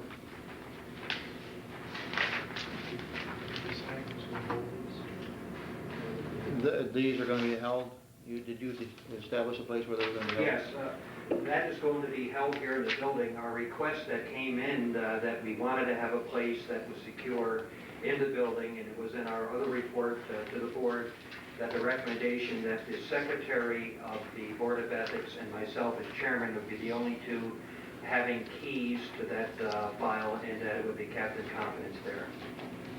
We need to work out with the town here where that place is going to be. We do have a recommendation that that be kept in this building, but we have to work out the logistics of it, the place for it, and the money to secure the place. Any further questions, Mr. Rogers? Okay, thank you, Mr. Rogers. Okay, do I have a motion on his recommendation number 1 here, the code of ethics be adopted as is? So moved. Second? Second. Any discussion? All in favor, aye? Aye. Aye, opposed? Carried. Recommendation number 2, the Board of Ethics recommends that the town board, the level 1 list be adopted as follows. Do I have a recommendation or a proposal? Motion to do this? Move. Second? Second. Any discussion? Can I just add to that this be the list for 94, just so that that's clear? Because this is an annual list. It would be redundant though, I think, because it already states in the book that it could be, well, Yeah. That, I assume that that would be discussed at the organizational meeting Yeah. at the beginning of each year. Yeah, that's what it would to be. be reviewed at the annual meeting. We could add that line. Well, I don't know that, I mean, I think it's in, it says in the law that it's gonna be an annual thing, and I just think that this is the 1994 list. Okay. So do you want to change your proposal, or do you want to go with this one? Well, just what she is saying, then I'll move to incorporate Councilperson Brand's recommendation that this be 1994 added to This list, 1994 list. Okay. Above supervisors, but 1994 list. Okay. Do you need a motion on that? Well, I guess what I want to know is recommendation 1, you just passed local law number 2 of 1994. Is that what you just did? Yes. Are you going to pass it that will become effective immediately upon proper filing? Right. Yes. That's, okay, that's what I had to know. Okay. Sorry about that. So, Are you saying that it would be redundant then if we We're gonna added? get our numbers out of order. On local No, law. he's talking about another issue. don't worry about it. I just want to make sure you weren't just adopting, I want to make sure you're adopting local law number 2. You had your hearing, you held it in the last meeting, and that's what your resolution is to pass. Okay. Okay. Okay, now, the movement, Emilio, on this. You're right. The Board of Ethics recommends the town board that level 1 list be adopted for 1994 as follows. Okay. Would that be the language proper? Okay. Have a second to that? Second. Any discussion? All in favor, aye? Aye, opposed? Carried. Next item on the agenda is the pathway we took care of, I think, and the water district outside the village. Yes, I did receive from someplace here, oh, you stole it back. No, that's my copy, sir. Anyway, I had it here a minute ago. I did receive the copy of the resolution from the village, saying that they agreed to enter into contract for the provision of water to the 4 proposed water districts at the rate of 133% of the rate set for residential users in the village of Phoenix. That's the 4 that we held the information hearing on, or meeting on, County Route 12, Chestnut Street, Swiggle River Road, and Route 57. And it did say that the proposed County Route 12 district should provide for water meter pits at the west and east terminus of the same. That, I would interpret that, Scott, you can correct me if I'm wrong, that 133% times the village rate would be whatever the village rate is at any time in the future. Yes. If they increase the rate, this will be 133% of that. The contract we would propose would indicate that whatever that rate is as it changes. What is that rate now? I don't know. $1.80, sound familiar? Just so, I'm sorry, I just. Well, I would ask the board to schedule another informational meeting. I think we're ready for that, but I think for that meeting, we should know what that rate is. I'll call you and leave that in your office in the morning. Okay, thanks. Does the board want a informational meeting on a regular board night or a different night? No, regular board. Regular board night. Okay, how about the second Wednesday, second meeting in June 15th? What time? Whatever turns you in. I'm happy. That would be June. We have to wait. June 15th, second No, Wednesday? that's not right, is it? Third Wednesday, I'm sorry, third Wednesday, June 15th. June 15th will be good. June 15th, 7 o'clock, public information meeting on the water districts outside the village. What do we got next week? We have a public hearing on the trailer. Oh, trailer. Trailer. Okay, Yeah. never mind. I don't need more than that. What's that, Ann? The trailer pad is next week, Okay, good. okay? Trailer, okay? And this is not a public hearing, it's an informational meeting. Informational meeting for Okay, the, 'cause so that that last one the, was 7 PM? 7 PM, so the clerk will publish that. Did you publish it last time or send a copy to everybody in the district? Yes. I know there's some discussion about that at the informational meeting. You mean to the town residents? To those who are within those map areas of those 4 districts. I think so, but I move we the send a village- note to everybody in the district, so everybody knows. I don't want to hear 6 months later. We have to "Oh, get that list from the village, I wouldn't No, have Bill- that. Yeah, no, Bill's got- we have the you've got list. the list. We have the list. Yeah, he's got the list. I would suggest that, I know it's not required because this is an informational meeting, but there was some discussion about that, and in all fairness, probably you should do that. Then everybody will have full information, we've still got the same answer. Regular mail is certified. Just regular mail. Just see that they get, send them a postcard. Take out the attorney's budget. Save money out of your budget. Whose budget am I taking this on? Dave. Might have to come out of council budget. Okay, the attorney received a report from the code enforcement officer. Oh, yes. I promised this from the last meeting, so I asked Mr. Farley to give me a report. Well, he gave me everything he does, most of which I didn't ask for, but I was particularly concerned about junkyards.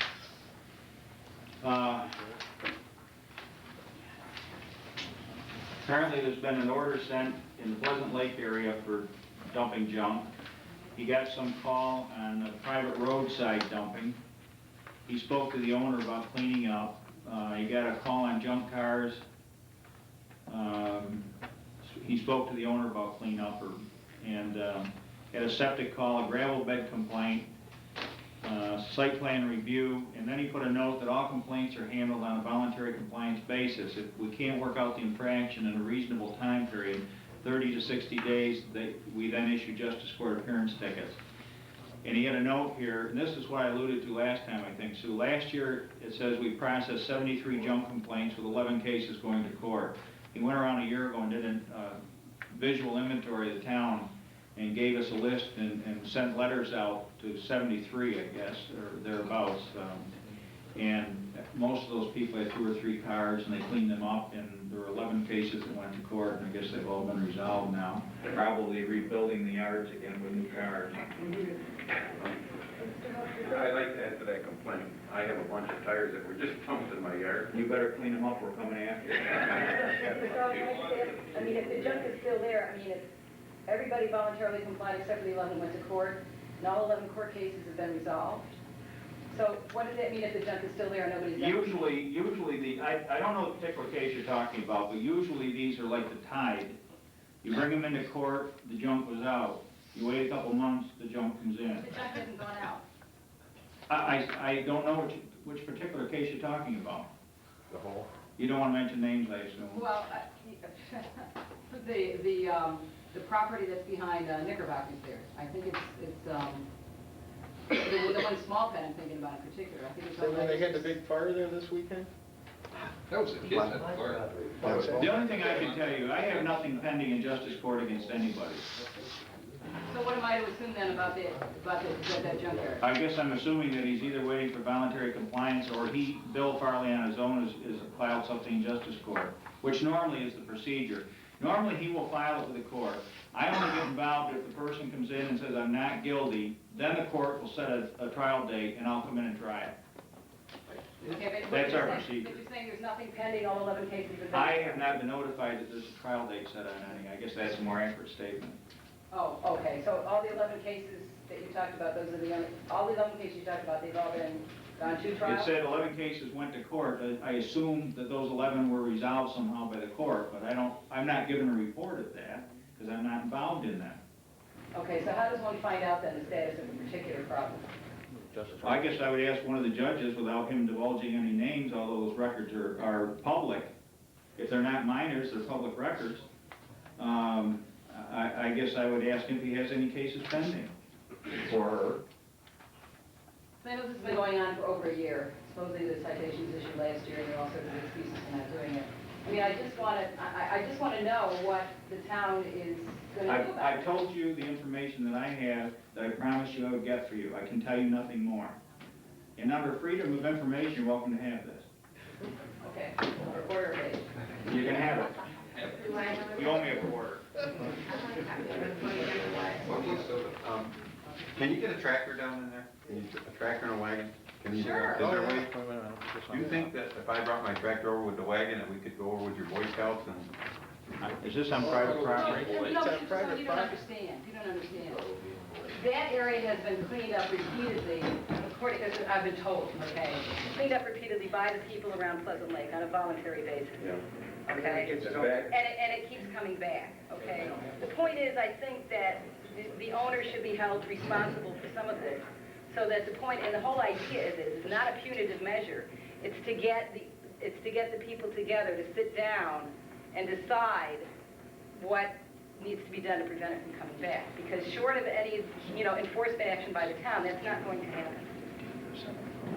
You know, the problem with this whole thing, and I feel sorry in some respects for the owner, because in a lot of times, Sure. these aren't he's not the one that's doing the dumping. Oh, Dave, I agree, but... But what happens in this situation, and you can see, all you have to do is drive down our road, ever since they went into, But Dave, having to go up to there are some Volney and buy the $50 a year for the, But Dave, there are some permission things to that can dump. be done to prevent, or help prevent, or make an attempt to prevent this particular situation that have not been done. Okay? That's all. No. Yes, the answer is, yeah, we could get a group of, if we could get it out of there. But, No, I know. no, the tide would come back. Yes, it'd be right back there. You're gonna jump next week, you're gonna have to jump, is that, that's got steep sides on it, it's been about 4 or 5 years I've been up. Okay, Yeah, but you can get down. does the board have any old business that I've ramped? If not, I'd like to move on to new business and deal with the park security and any reaction to the memo that was distributed regarding that. And Cindy was here. Last year, on the public hearing, there were 5 things I had brought in, and a few things that you had brought in for consideration, one of which had to do with the constables in the park. And one of the the questions that was directed to Cindy, and correct me if I'm wrong, but was this a priority? I think at that time it was like $2,500 or whatever. I can't remember what was set aside. You could probably dig it up. And at that time you said, no, it was not. And I would contend the same thing. I don't think Well, my only reason here being, Dave, is these are adult leagues with the concern with drinking in the park and the concern that we have to have somebody here to turn on and off the lights anyway to the park. And just to control a situation. I've got concerns also that from Little Leaguers and saying and asking me if we're going to have constable coverage in the park on a Little League night, and I told them the budget did not allow it, and they said, well, you might as well take down the signs because there's still there's glass all over the park, and there's people riding bicycles, and whatever, you can't even walk around without being a chance to run in. we allow alcohol in the park? No, there's no, but there's no alcohol in the park. But that's what I'm saying, that the constable coverage here is what I was asking for to ensure that, especially on a Sunday afternoon, if families are going to be around there using the park. And I asked originally Cindy if she would consider tacking this on as a fee when the league signed up. Well, when this brainstorm came to me, or with concern came actually with other people, the leagues had already signed up for this year. So I went back to the constables. You realize that we had a rate the constables were being paid at when they worked was a set amount. I went to them and I said, guys, would you be willing to forego this set amount if we just made it a set fee and for a 4-hour time? And they were willing to do that. So my concern was, as I say, just on the adult leagues and the on Sundays and Well, I think we all have the same concern. The only concern I had was that in fact what you told us at the budget hearing wasn't really. No. What I said was that I think it just depends on what level of services you want to have. I mean, I think things will probably happen without constables. This is a high traffic night that Bob has targeted Wednesday nights, and it's just the unknown. That's what I said last year. You don't know what's going to happen. This way you could possibly prevent something from happening. It's kind of an unmeasurable thing. There have been beer bottles out there this year, I've heard from maintenance. Are you saying the constable's presence there will prevent the drinking and that? well, I don't know if they'll prevent it, but certainly the presence would May help. help control. Has there been any damage to the park? This year, well, the leagues haven't started, have they? No, they haven't. There hasn't been I don't really anything care. to my knowledge, really. No. Not this year. But I would just like to suggest this, and next year I suggested that Sandy, that she build this into the fee for the leagues as they. Well, I think that's a good thing. And the same token, when we sat down, especially on that, I think there's a real necessity that public hearing, the budget public hearing, that if you really feel that there's going to be a problem, that's the time that could have been resolved last year, so we wouldn't have to worry about it this year. Have to say. But I don't think anybody's got any objection to having constables out there. This is only 27 cents a household to ensure maybe some possible protection. Okay. I think it's a reasonable thing to think we should do at this point. On the other budget modifications there, if there's anybody for rabies control, we already contracted that. County wanted their money last week. Town clerk contractual for servicing the copier to reimburse the supervisor's contractual expense that was used, and recreation. Sandy and the recreation department, their monitor. That money might not be spent if we make movement here on the computers, but that's a positive. It'll be there if it's, and so the park will get. That's 150. That's 150 for the monitor. So I guess I would ask for a motion then to approve the transfer of funds from A199.4, the contingency, to these separate these accounts, in the amount of $2,693. So moved. Do I have a second? Second. Any discussion? All in favor, aye? Aye. Aye. Opposed? Carried.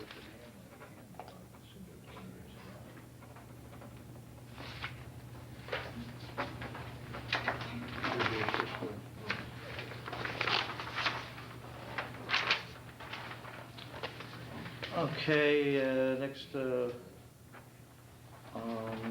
I ask a question on, this isn't really a business meeting, but you're here, so I'm going to, well, she's next up, we can make her next up on the agenda. Oh, okay. No, we'll wait until. Okay. You have before you a request by the bookkeeper to attend a 3-day conference in June 14, 15, and 16. The course is $40, and whatever the housing will be for those 3 days. You need a motion? Yes. So moved. Have a second? Second. All in favor, aye? Aye. Opposed? Carried. Okay, Dave was willing to give just a quick synopsis of the information he has acquired on the computer, 3 computer programs that he's looked at here.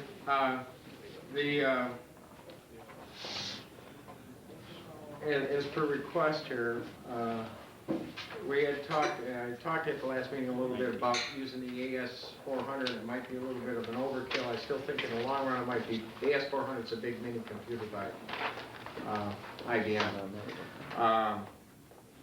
Might be a little bit of an overkill for us at this point in time, but probably potentially in the long term it might be the best route. And I think we should still examine that to some degree, but in all reality, I think at this point in time, and this is in essence what I tried to get across to the board, is that if we are looking to do something in the next 12 months, we would probably be better with PCs. I had contacted 3 different companies, MAPS, which said that they presently, municipal applications, they presently service us. They service the town now in the bookkeeper's office. I asked them for a quote. They're based out of Charlotte, New York. I asked ACC, which is Advanced Computer Concepts, which is based in Pennellville, and CCSI, which is Comprehensive Computer Services, Inc., which is based in Phoenix, all for quotes on the exact same pieces of equipment for each department. And the quotes that came back, the lowest quote was by ACC at $9,199. The highest quote was from MAPS, which presently services us, which was about, that was $10,844, and CCSI fell in between. Now, the only thing about the MAPS quote is that he was going to supply us with larger 15-inch monitors, and the speed of the computer, the PCs were at 40 megahertz instead of 33, so the units themselves were upgraded. And it might be a wash, you know, if you look at a per basis or per department increase in cost. I think what it boils down to, it's 6 and 1, half dozen the other between all these companies, because everyone has a little bit, you know, one isn't going to do this and one's going to do this. So for all practical purposes, they're pretty much all the same. The lowest price, though, was from ACC, and that was at $91.99. What the town does at this point, I also anticipated that is just hardware. And you can have the best computer in the world, but if you don't have any software, it's not going to do it. It's going to do good. The anticipated cost, and which was on the conservative side with respect to, I overestimated the cost of the software, but to give us I guess a worst case scenario type thing, but would be between $6,000 and $10,000 additional cost. If you look at, for example, the clerk's office will run anywhere depending on, you know, for example, the MAPS package is actually cheaper than some of the others, but may not have as many buttons and whistles to it. But you can range anywhere from $2,400 for a town clerk package all the way up to close to $4,000, depending on whether they have water billings in it or whatever it happens to be. So it depends on what you use for the criteria. Everything for community service can be off the shelf. And quite frankly, we can get a lot of software for next to nothing for community services. Receiver of taxes, you're pretty well set on that. You're going to spend $2,400 for the program, somewhere in that ballpark. So I would say between $6,000 and $10,000 max, we could probably add on to the overall price. So I'm looking at anywhere from $19,000. The worst case scenario would be around $19,000. That'd be worst case. Any comments from the board members as to what direction? I think you did a great job in researching all this, and we're going to have to maybe have a It's the workshop. third time I've done it, so it's a little easier this time.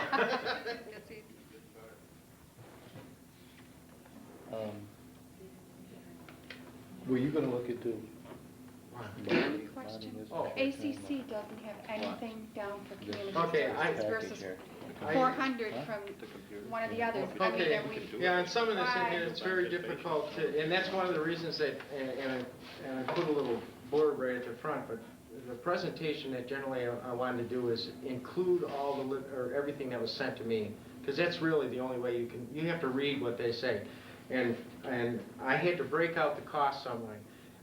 ACC's package was because they figured we were going on a full bid, they bid out everything. And what they did is every department got the exact same equipment. So it didn't matter whether it was highway or community services and everything else.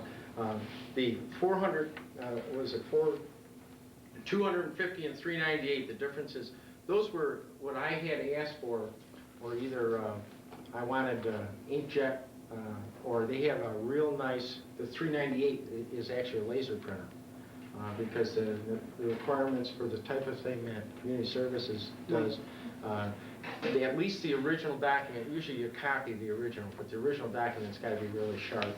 So for those programs and stuff, we were looking at a different one. Now, the ACC did include that, but they included it in one lump, so I really couldn't break it out as, they didn't say that this particular printer was going to cost the town $277 or $398 like the other ones.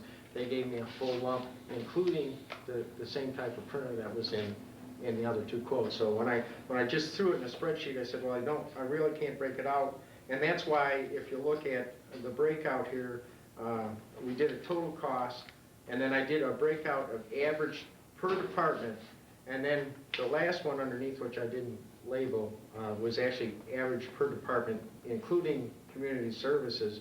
And you'll notice that the average drops way down to 1,800 because of that zero figure, but that really isn't a true reflection of what's there. So you have to use the average per department. And really, you're not talking about a horrendous difference. And if you upgrade CCSI and ACC to the same thing, maps, I think you're going to find that the figure of $2,650 per department is about right.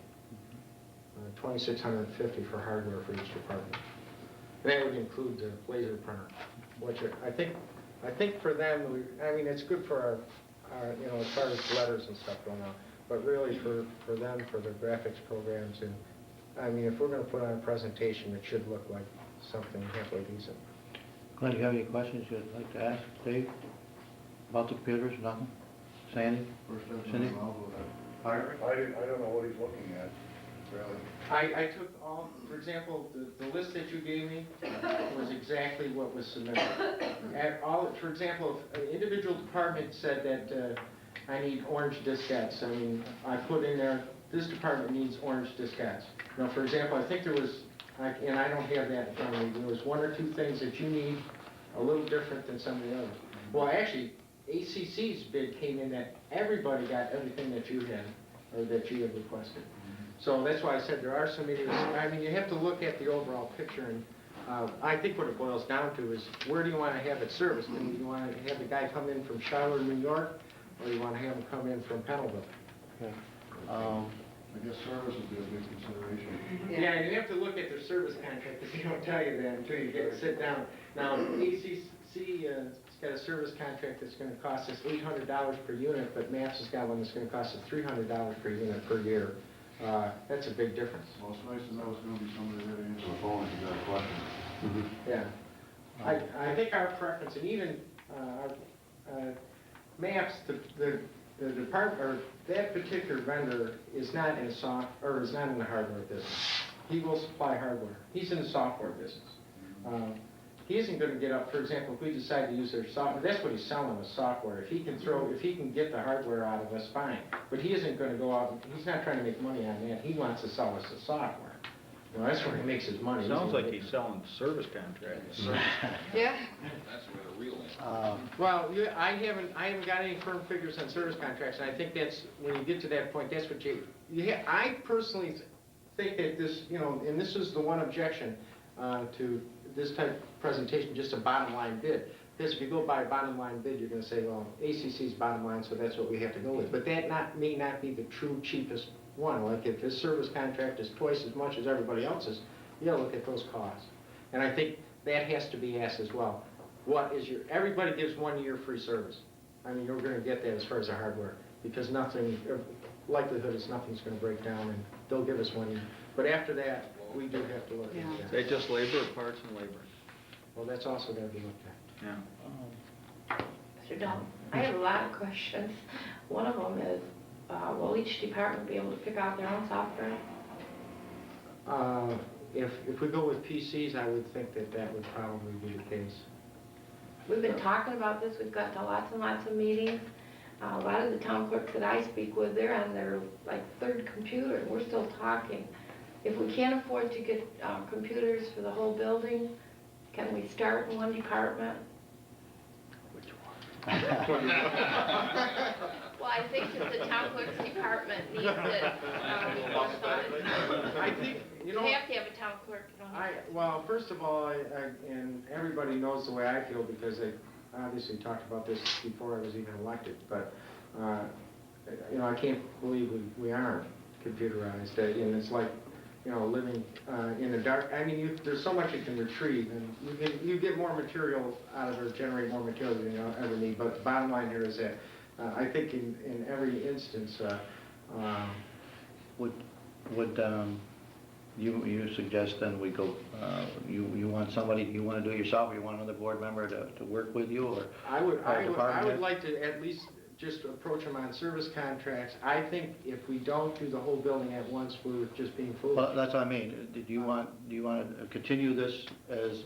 I can get quotes on service contracts in less than a month. I'm not worried about that. Okay. Are you going to update the other computers in the building too?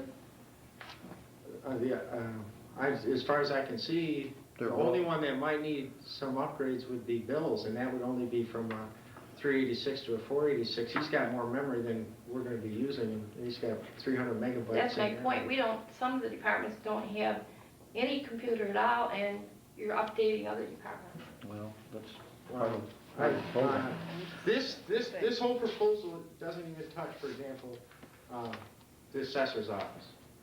He's got enough in his, if he wanted to upgrade to a 486, a faster computer, he's got enough in his equipment budget to do that, because it's not that expensive at this point in time. What we do with for example, there's, no offense, but there's probably no necessity to have community services having a 486 processor in there when they're going to be doing, all they need is enough RAM to generate their some of the programs they're going to be using. We could move Bill's computer down there. That would, to me, that'd be a more logical move. Take Bill's computer, move it down there, which is a 386, which will handle everything they're going to want, and then use the faster computer in Bill's office, because the type of files he works with are, I mean, the size are horrendous. It would seem to me like your tax receiver and your assessor's office would need to have access to the same information, where like community services in the town clerk's office, we don't do the same things. Well, I agree. I don't disagree. That's why I said the logical move would be move Bill's computer down there. That's that'd serve them probably for 20 years without. Is there any chance that we're going to get this year? That's up to the board. All I can do is say, this is... These are the numbers. These are I the can't. proposals. If it was up to me, we would have had them last year, but you can't. What direction then do we want to send Dave? My personal suggestion would be, let me find out and I've had some volunteers to help me, which I'll probably going to take them up on, Jerry and a couple others. Okay. But I'd like to at least see the service contracts and see if there's any appreciable difference. And at that point, I'd just say, there's really no appreciable difference in the service contract. Let's just go ahead. Then you could look at the numbers together and give them to Dennis for the bond anticipation note possibility. Yes, I would. You could also consider no service contracts, that's another option. You don't have to buy one. A service contract. Yes, that is an option. I think it's a foolish one. We don't buy them in law. It's You like. buy them, Scott? No, don't touch them. But, you get a year's warranty at the end of the year. By the time you spend $600 or $800, the machine is depreciated so much, it's cheaper going out and buying a new one. Go and buy a new monitor, go and buy a new hard Okay, drive. let me put, for example, the math, let me do for Martinson, because I know how he works. It includes, when you do a contract, it includes all, if you have new releases, it includes all the new releases. He comes in and sets the new releases in.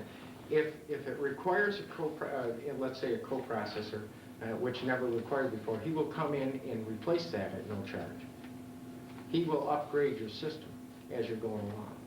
Now that's not on everything, but on some things. It's one of the reasons that we actually ended up spending money upgrading some of Bill's because we didn't originally purchase it from MAPS.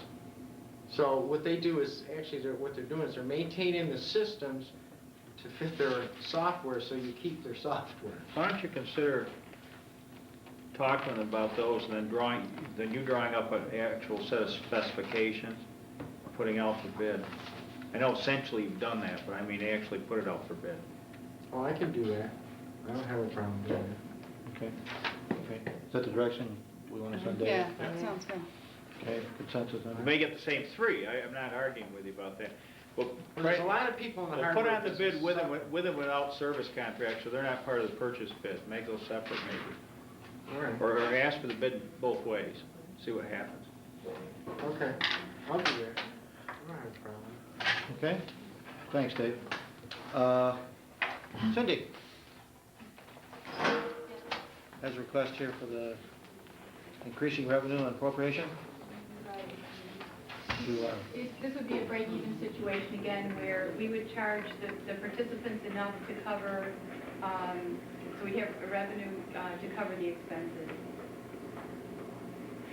And it would allow to have some more programs. If it's break even, why do we have to do anything?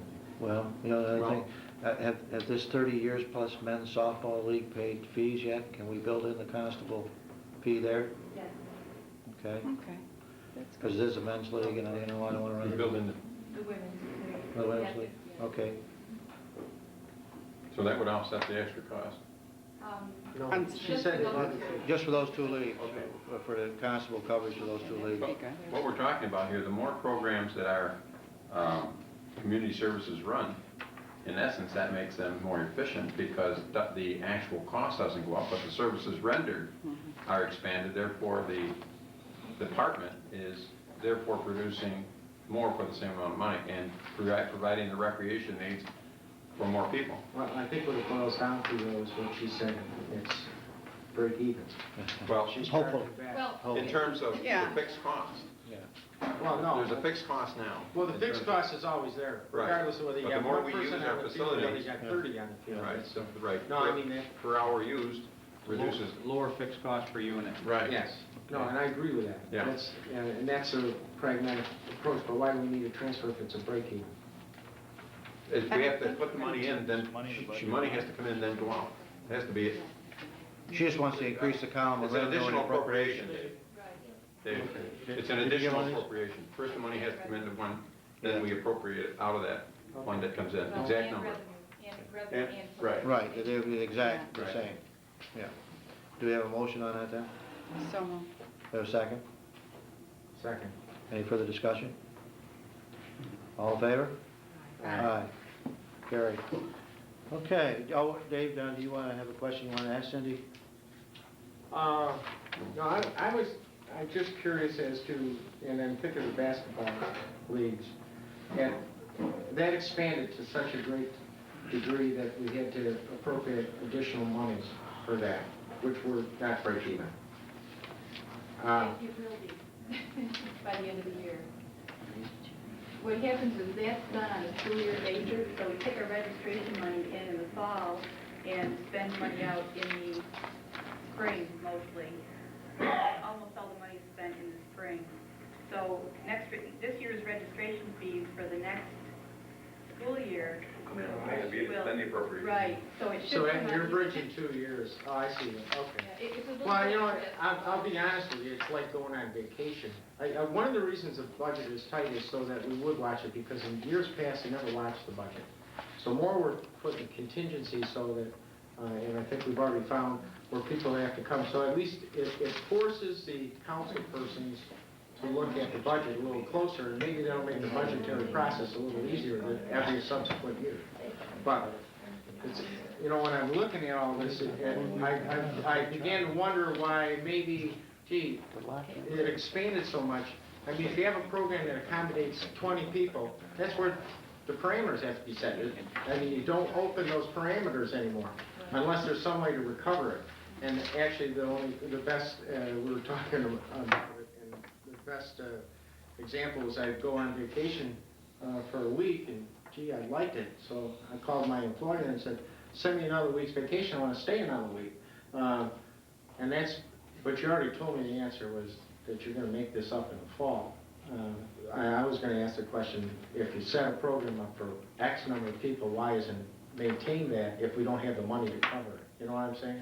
Right. We can. But if you can make it up in the fall, I don't care, because as long as it washes out of December 31st, that's all that counts. Right. As long as they pay fees, the fee should be the compensation to the town for the amount of money spent. Reflective of that. But we have to keep record of the Yeah, but money. that coming wasn't in. always done before. I know, And I think they've done a good job in the recent years. I agree with you on the budget in terms of the way it's being done now, so that there is a much better scrutiny of the money being spent.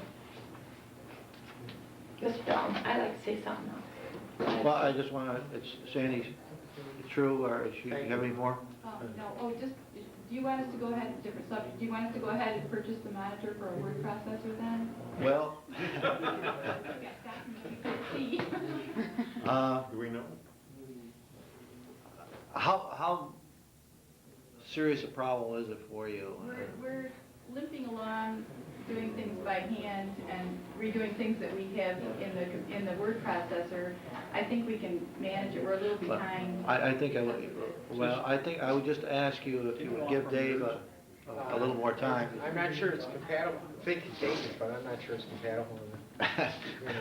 So, you're on a DOS, Pardon me? you're in a DOS system, aren't you? The thing we have now? The thing? It's a dedicated word processor, so that's it. Oh. Did you ever check with the school and see some of those that they have stored with? No, I didn't. I know they have some stored up in the Dillon School over there. If you move on this, so you might have one in place in a couple of weeks or 3 weeks. I don't know. That's what I'm asking, if you could you give David a little more time to work on this? And you know, Okay. We can rescue you soon enough. okay, Well, but check I with, need to dump $150. right, right.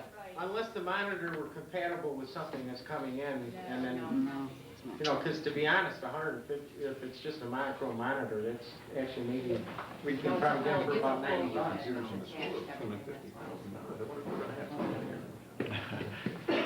Okay. Is this just for word processing? Don't you have Word Perfect and two machines already in the building? Doesn't Pat have Word Perfect on there? Is it Word Perfect? I don't. No. It's a dedicated, letter quality word processor, IBM word processor. Its own It's an $8,000 machine. It's got its own language. Yeah. It's an expensive typewriter. Yeah, we got it for $200. It got a good deal. Yeah. Well, no, I'm not, Yeah. yeah, I'm sure you got a good deal, but Yeah. basically you're talking about an expensive typewriter. It's got a screen in it. And actually, what this would Well, allow, no. A lot of screen on it. It stores documents, though, all our Yeah. reports are done. all this would Yes. allow us to do would be to have access to what we have in there already. If we get a new computer, we have to put all that in anyway, because it's an 8-inch disc we're using. You don't know what kind of, in other words, all that information that's stored in there may be lost? Is that what you're saying? No, it's in there, we can't see it. We can, it's No, all, I- it's all in there, it's just that you can't, You can't, do you you know what? can't see it, visually see Never it mind, to I'll to check with access you it. later.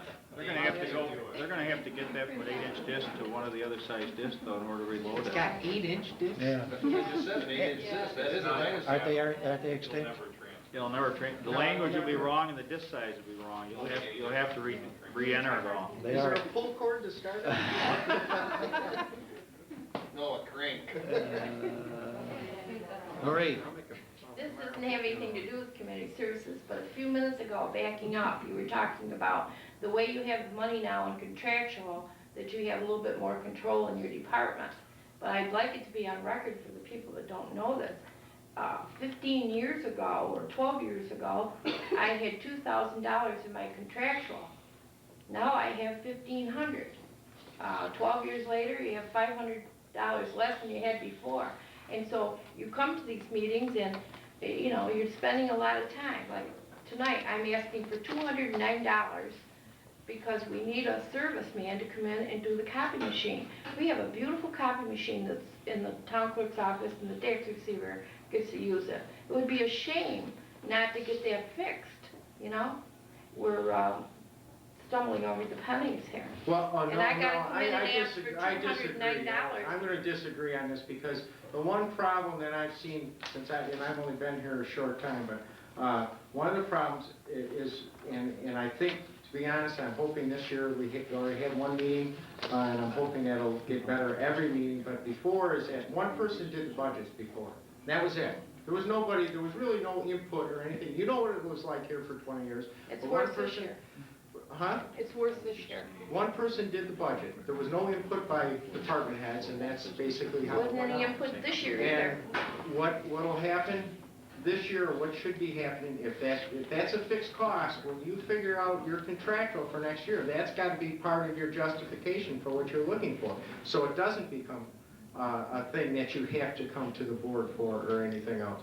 But I think without having you placed in that situation, everybody here is sitting here saying, well, why do they need it? And another thing, which is notorious with all governments, and all things, in schools and everything else, if you've got XYZ department that's got an overall budget of $18 million, and they're at 16 million, and there's 2 months left in the year, that 18 million is gonna be gone before the end of the year. Perhaps I'm not expressing myself clearly, but if I add up everything that I need, and from experience from this year, I need X number of dollars for postage and X number of dollars for whatever, and no one takes the time to look at the figures, what you've spent. I mean, obviously, 12 years ago, like I said, we had $2,000 in the contractual.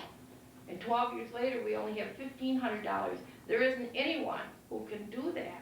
Well, maybe next year you'll have 2,700 in, because we look at this year's figure, and we see that you've had to add 319. You could have seen it last year. again- It's gotta be justified. Well, again, you might say we're arguing over pennies, but I don't think that you have been refused any transfer of No, I money to your haven't. budget. Oh, yeah. And this way, before a voucher comes in, and then we have to transfer the money, at least now we see what the money's gonna be spent for before we have to transfer it over. So, any other discussion? Okay, the next topic is the PUD, and I think that this will be tabled until next meeting, and be under first item on the old business, the next meeting. You need a motion? If nobody brings it up. Okay? Nobody's got a promotion on the floor to act on it. Okay. You don't have- Okay, announcements of Phoenix Alumni Dinner Meeting, Saturday, July 11th, 1994, DJ Dave Scola. Reservation required, call Homer Bowman. Dog and Cat Rabies Clinic, this Saturday, May 21st, 1994, at 8 to 10, at the Town Highway Department. The town office building will be closed Monday, the 30th, 1994, Memorial Day observance. Okay, I'll open up to the press. Press, any of the public? Concerns of the public? Mr. Brown? We have a motion to adjourn? Thank you. So moved. So moved. Get a second? Wait, somebody out back. Yes, oh. Mr. Fields? Mr. Dalton, may I see you after the meeting do the community services bus for VFW? Yes, sir. Yes, sir. Any, do I have a motion to adjourn? So moved. Okay. Everybody, Sue? everybody. You going to the Hey, break? Sue?